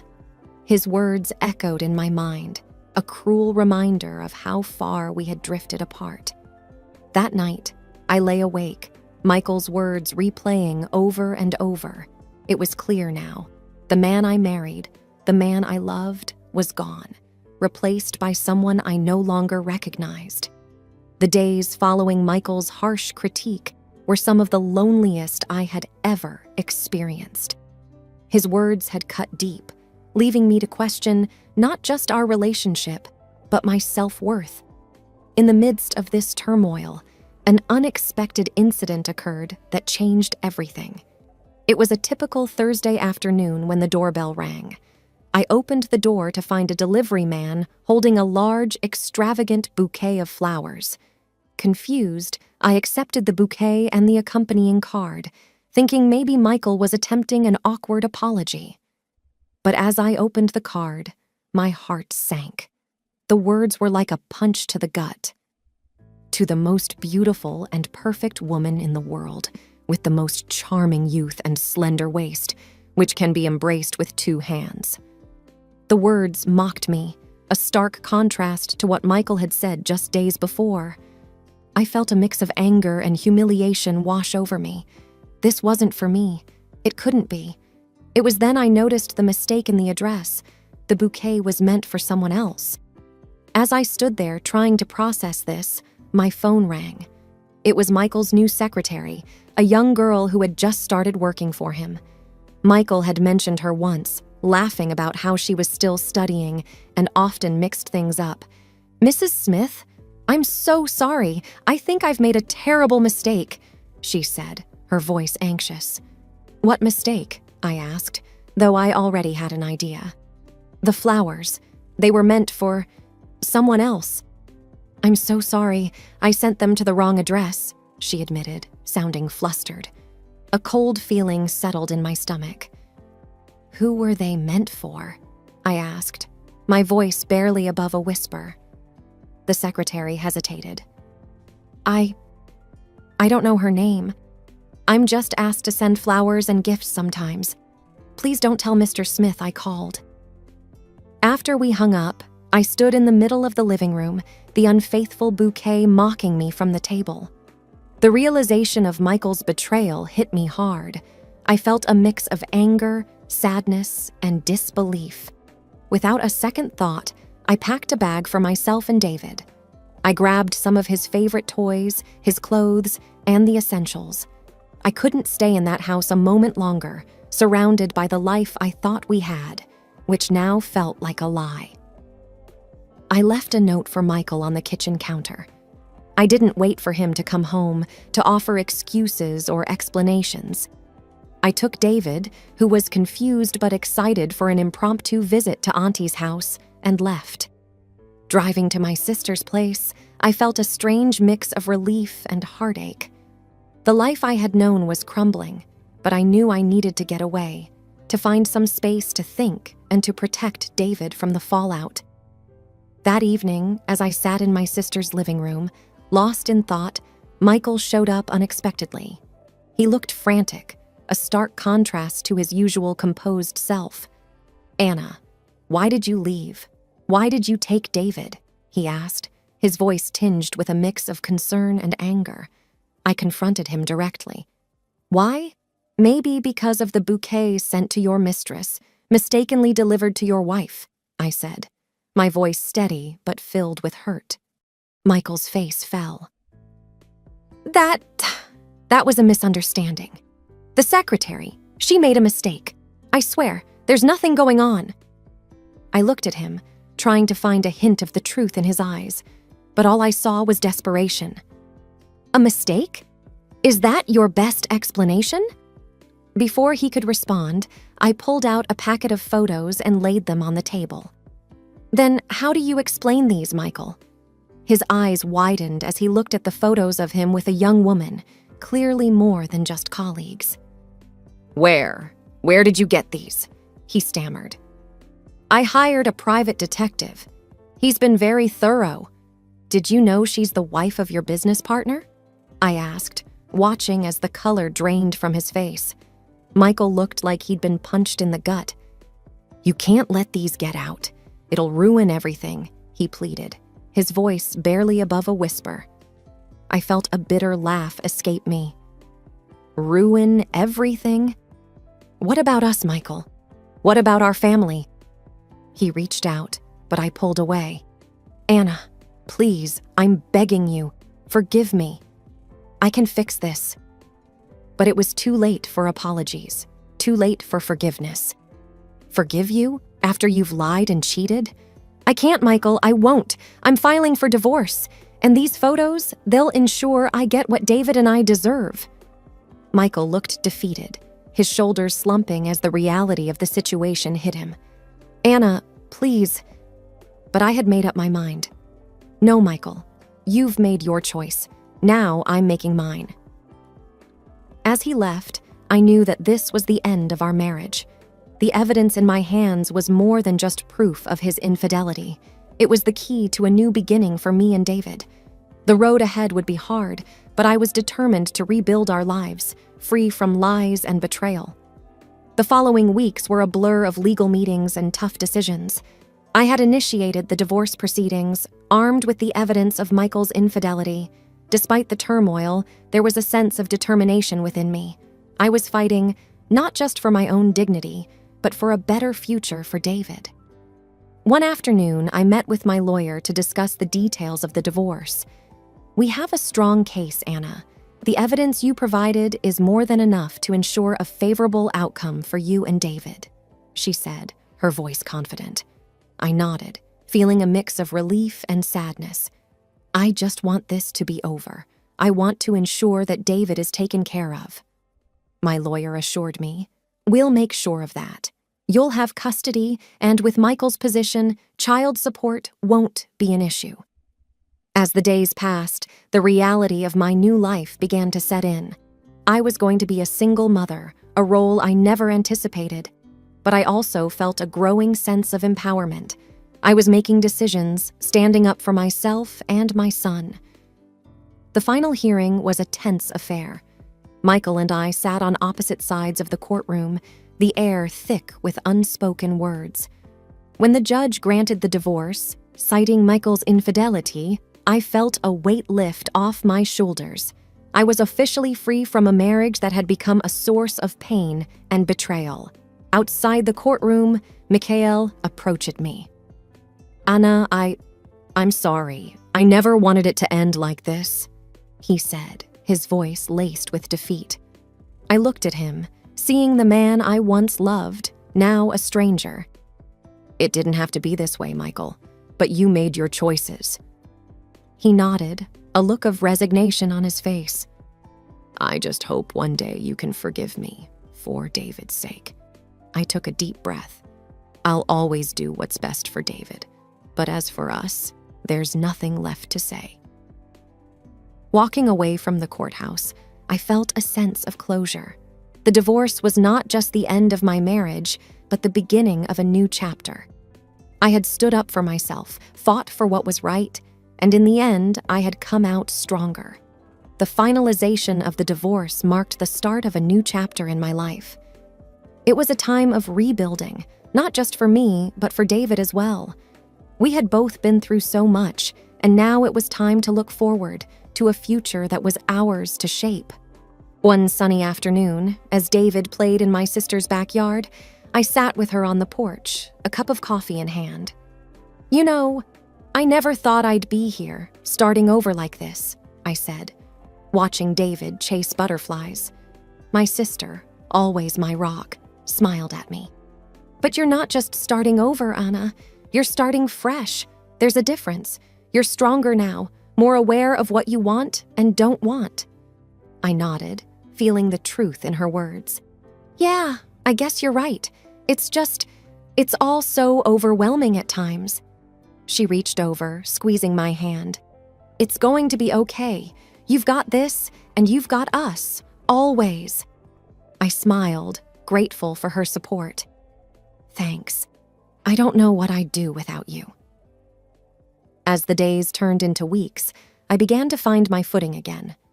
I returned to work, where I was greeted with warmth and understanding. It felt good to be back, to be productive, and to engage with colleagues who respected and valued me. David, too, was adjusting. He missed his father, but we made sure he had regular visits. I wanted to ensure that, despite everything, he had a relationship with Michael. After all, whatever had happened between Michael and me, he was still David's dad. One evening, as I tucked David into bed, he looked up at me with his big, innocent eyes. "Mommy, are you happy?" he asked, his voice soft. I kissed his forehead, feeling a surge of love for my little boy. "Yes, David, I am. And I want you to always be happy too." He smiled, a sleepy, content smile. "I am, Mommy. I love you." "I love you too, sweetheart." "More than anything," I whispered, turning off his light. That night, as I lay in bed, I thought about the journey I had been on. I thought about the future, uncertain but promising. I had dreams to chase, a career to build, and a beautiful son to raise. The road ahead wouldn't always be easy, but I was ready to face it head on. As I drifted off to sleep, I realized that this wasn't just a new beginning. It was a chance to write my own story, on my own terms. And with that thought, I welcomed the challenges and opportunities that lay ahead, ready to embrace them with an open heart and a newfound strength.